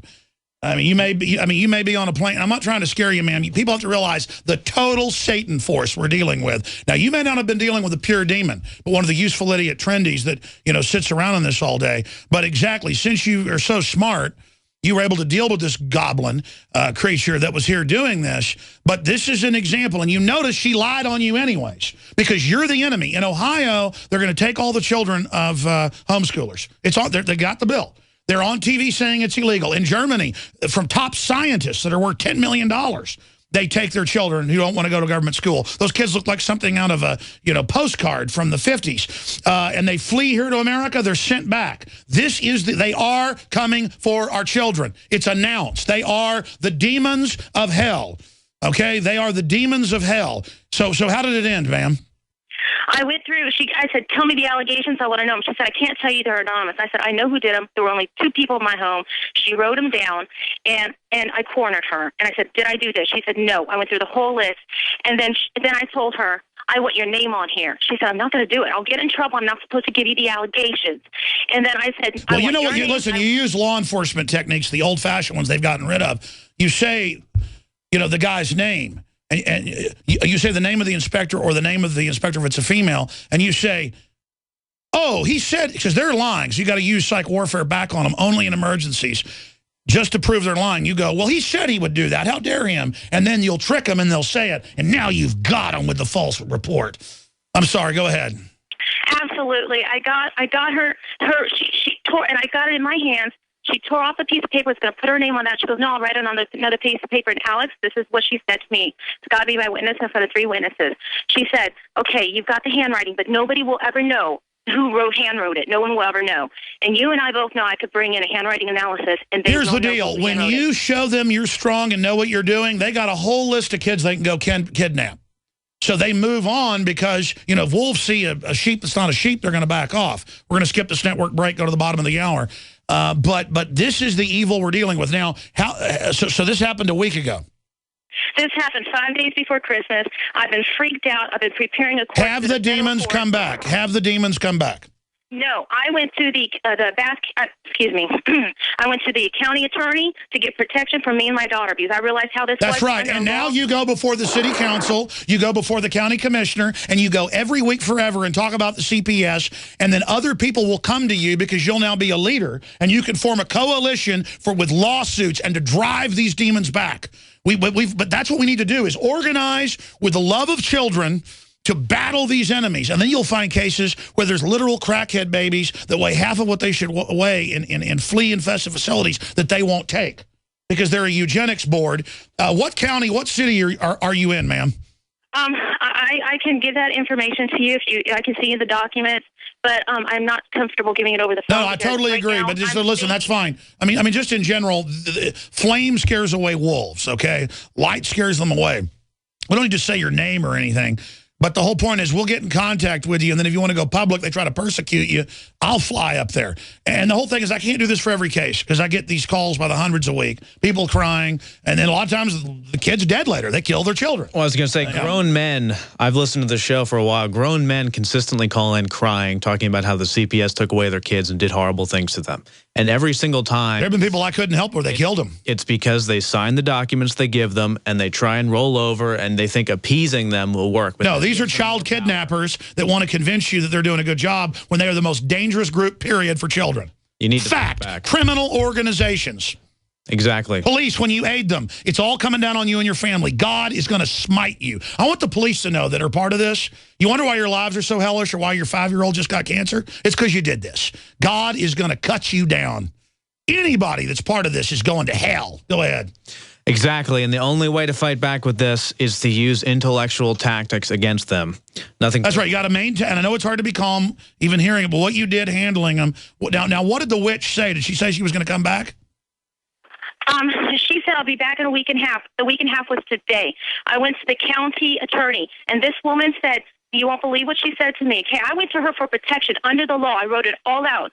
And I said, we deserve to be protected. We are witnesses in a trial. She's not going to protect you in her demon force. No. Go ahead. That's what she said. She said, I know these people. I showed her the falsified documents. They will never admit any of their people are bad. This is the essence of tyranny. I freaked out. Exactly. I freaked out. I called the state police, and I said, these people I'm in litigation with, the attorney, well, listen, now that you've gotten on record, they know it's a dirty trick they played. They're all going to cover each other. That's why if they catch an officer that's a pedo, they let them do it. That's why they do this, because it's their thing. And they may not go after her now that she has dirt. She may be safe, but she should get a real smart lawyer that knows how they work, not some... You need to get a hold of the homeschool legal defense. Guys, put up the InfoWars articles. It has a link to them. I want to get that group back on next week at least. Put up the InfoWars article about Ohio to come take the children of homeschoolers, to send CPS to all homes of it. It's Democrats persecute homeschooling parents. And then go click on the link to the Homeschooling Defense League. They have the lawyers. They also dose up these kids with ADHD and ADD drugs without any actual screening, and then they give them more of the different types of drugs that are prescribed to treat the same thing. Absolutely, ma'am. We're going to get your name and number, but send all your documents and stuff to showtips@infowars.com. But they're really persecuting people in the South and Kentucky and everywhere else. Now, some counties aren't run by demons. You'll be in one county and it isn't done because you've got a Christian, judges and sheriffs and people that aren't demons. I mean, they're trying to take people's kids in Texas for spanking them when they're not even hurt, and the state police and others are going, no, that's not illegal. So, I mean, I'm not saying they're all bad, but they have special units. We had a state senator on from Georgia who called me and said, I've got them. I've got the documents where they're shopping for the types of kids they want federally. And then her and her husband committed suicide and burned themselves up 2 days later. I mean, they murdered her. It was found in Philadelphia, the same thing, that they were purposefully sending these children to jail to have their way with them and to make money off of it for years and years. Well, Janet Reno would go check kids out of CPS. She was caught by the police with an 11-year-old girl, but Reno ran off the road and was in the back seat vomiting on her. She was on so many barbiturates and alcohol. They took Reno in. That's when she was the district attorney. And then we can't even get past the most simple things in the news cycle right now. We're still debating the smallest things like Obamacare, and these are the literal demons running everything. I mean, it's what it is. Who usually rules it are these women. And then they want to be able to go get the little kids for themselves, and then they have pedos under them. And then they've got like weird liberal socialists that hate, you know, the mainline textbooks that I've read on air say the families of bygone age, we've got to eradicate it. And now they're doing it. So these people really believe families are bad. And a lot of them were abused. If they're not pedos, they were abused and mentally ill. And it's like a crazy person says, you look like my cousin I don't like, I'm going to kick your butt. And it's the same thing. And everything looks like a nail because they got a hammer. That's why they have over 50% turnover in CPS, the highest rate in government, because a lot of people get into it for the right reasons. And they really want to help people. Because there's some good social workers out there. I've run into them for like old people and stuff like that. But when it gets into child services, folks, it's I mean, I'd say 50% demon. And the other 50% mentally ill morons. Or that's the percent that stays in. Half, over half, I think it's up to 60% in some areas, cannot be around it. God bless you, man. We're going to put you on hold. Get your name and info. John Harmon, send that to us on IM. We'll give it to due and try to keep track on this. And I'm glad you got through, and I'm sorry you're there scared of the sicko filth government. But you know, you just stand your ground. Let them know you're aware of them. You know, she's claiming you can't have dogs in the house. I mean, look, that's what I'm telling you. Nobody is good in their system. You understand that? Except them, who are the worst people in America. You understand? God bless you. And by the way, what's happening to her is the same system in Germany, Australia. Russia did this. They've gotten rid of this. Russia's apologized. They had the biggest orphanages. They took the kids for state training. Russia has almost gotten rid of that. Now they encourage you to have children and pay you to do it, actually. And tell you to spank them and everything. I mean, that's what I've got to tell you. I mean, that's because that's a government, though, that realizes they're going to fully collapse if they don't get away from the eugenics. Well, I was going to say, it's not that Russia's even good. It's just they've come to this realization that maybe we should return to things that actually work to build ourselves up to have ultimate power. If they want to become a major world power, they're going to have to do what we did through the... Exactly. The social engineers that run us are so deviant. It's about screwing us up.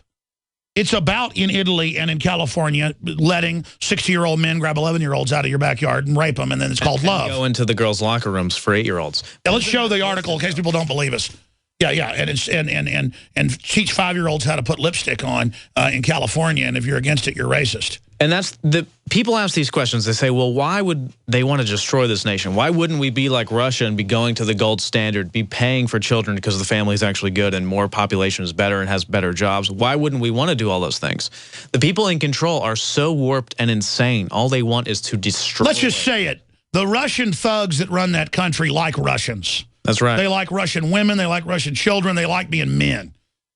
And it's like you look at thug, gangster, strong men, they're like angels compared to what we have. Pot-bellied, pedophile trash, drinking our children's souls up. And we used to have boss hogs, you know, around the 40s, 50s, maybe even into the... That's what the Russians are. Yeah. They're boss hogs. The Russian system right now is 1950s America. And they're going to succeed, and they're going to have a better economy. They're going to dominate. They're going to completely dominate, and China's going to see them after we've built... They're already doing... China's already getting away from one child and trying to not destroy men now. But our pedophile system built up China, so we expect China to ally with these elite in the United States, but China's going to betray the United States elite and join up with Russia because it's going to be the dominant power, and then Russia and China are going to be dominating, and we're going to be still here getting arrested for having children with dogs in the home and freaking out over Obamacare as we're completely obliterated economically and policy-wise. By absolute psycho enemies that say our children belong to us. Melissa Harris Perry licking her lips with demonic glint in her eye. I mean, that woman is an enemy witch saying our kids belong to her. What a filthy piece of crap. What an enemy. What an enemy. I mean, she is a declared absolute witch. She really is. And just look at her. I mean, we live in a world where you can't say, just look at that person, look how evil they are, because that's, you know, rude or whatever, or politically incorrect. You could just look at that woman. She looks like a scaled lizard. When I think about her, I mean... All of them. You can look at someone like Janet. It's all about her being in power, all these other narcissist trash. Look, because they're all weak. They want to destroy what's powerful in America because they hate us, because they know we're better than them. That's what it's about. It's about packs of weak people, dumbasses ruling us. It's just like the guy I see you, Perry. God, I pray you be brought to justice. Go ahead, sorry. They'll get what they want, though. When the United States has completely collapsed, they'll revel in it and then realize they have completely failed themselves. It's just like yesterday we talked to an individual from a foreign nation, a third world country, and he was talking about how great the United States is and how, you know, capitalism is amazing. And all of his friends and family from that foreign country, they hate America and they don't get it and they like socialism. And he was saying how amazing this was, you know, back in the 70s and 80s. He was an Iranian who came to Austin and made $100 million. Yeah, probably more than that. And he was talking about how great it all was and how he gives back to the community and everything like that. And it's the real American dream. Meanwhile, his family probably was jealous or something and hated it and hated the fact that you could. No, that's what it is. It's just like people that hate you if you're successful or you're beautiful. Like back when I was young and didn't, you know, wasn't out of shape, I was really good looking, a movie star good looking. And it was like other beautiful women would like me, but the average person would be real mean to me. I didn't figure out till later it was because I was good looking. And successful people, instead of these losers, instead of the losers attaching themselves to successful people and saying, hey, you know, teach me about this stuff, let's work on this together, they just envy them and hate them and want to destroy them. That's because that's the ideology here. For example, that's why Russia is a little bit different. All the boss hogs and mafia, they have like a kingpin and they all want to rally and get into the mafia and get in on it and make all the money. In the United States, it's like lemmings just like killing each other over $1. They don't want to split it up. It's like $100 million. They don't want to say, hey, let's all go make more money. They just want it all for themselves by doing nothing.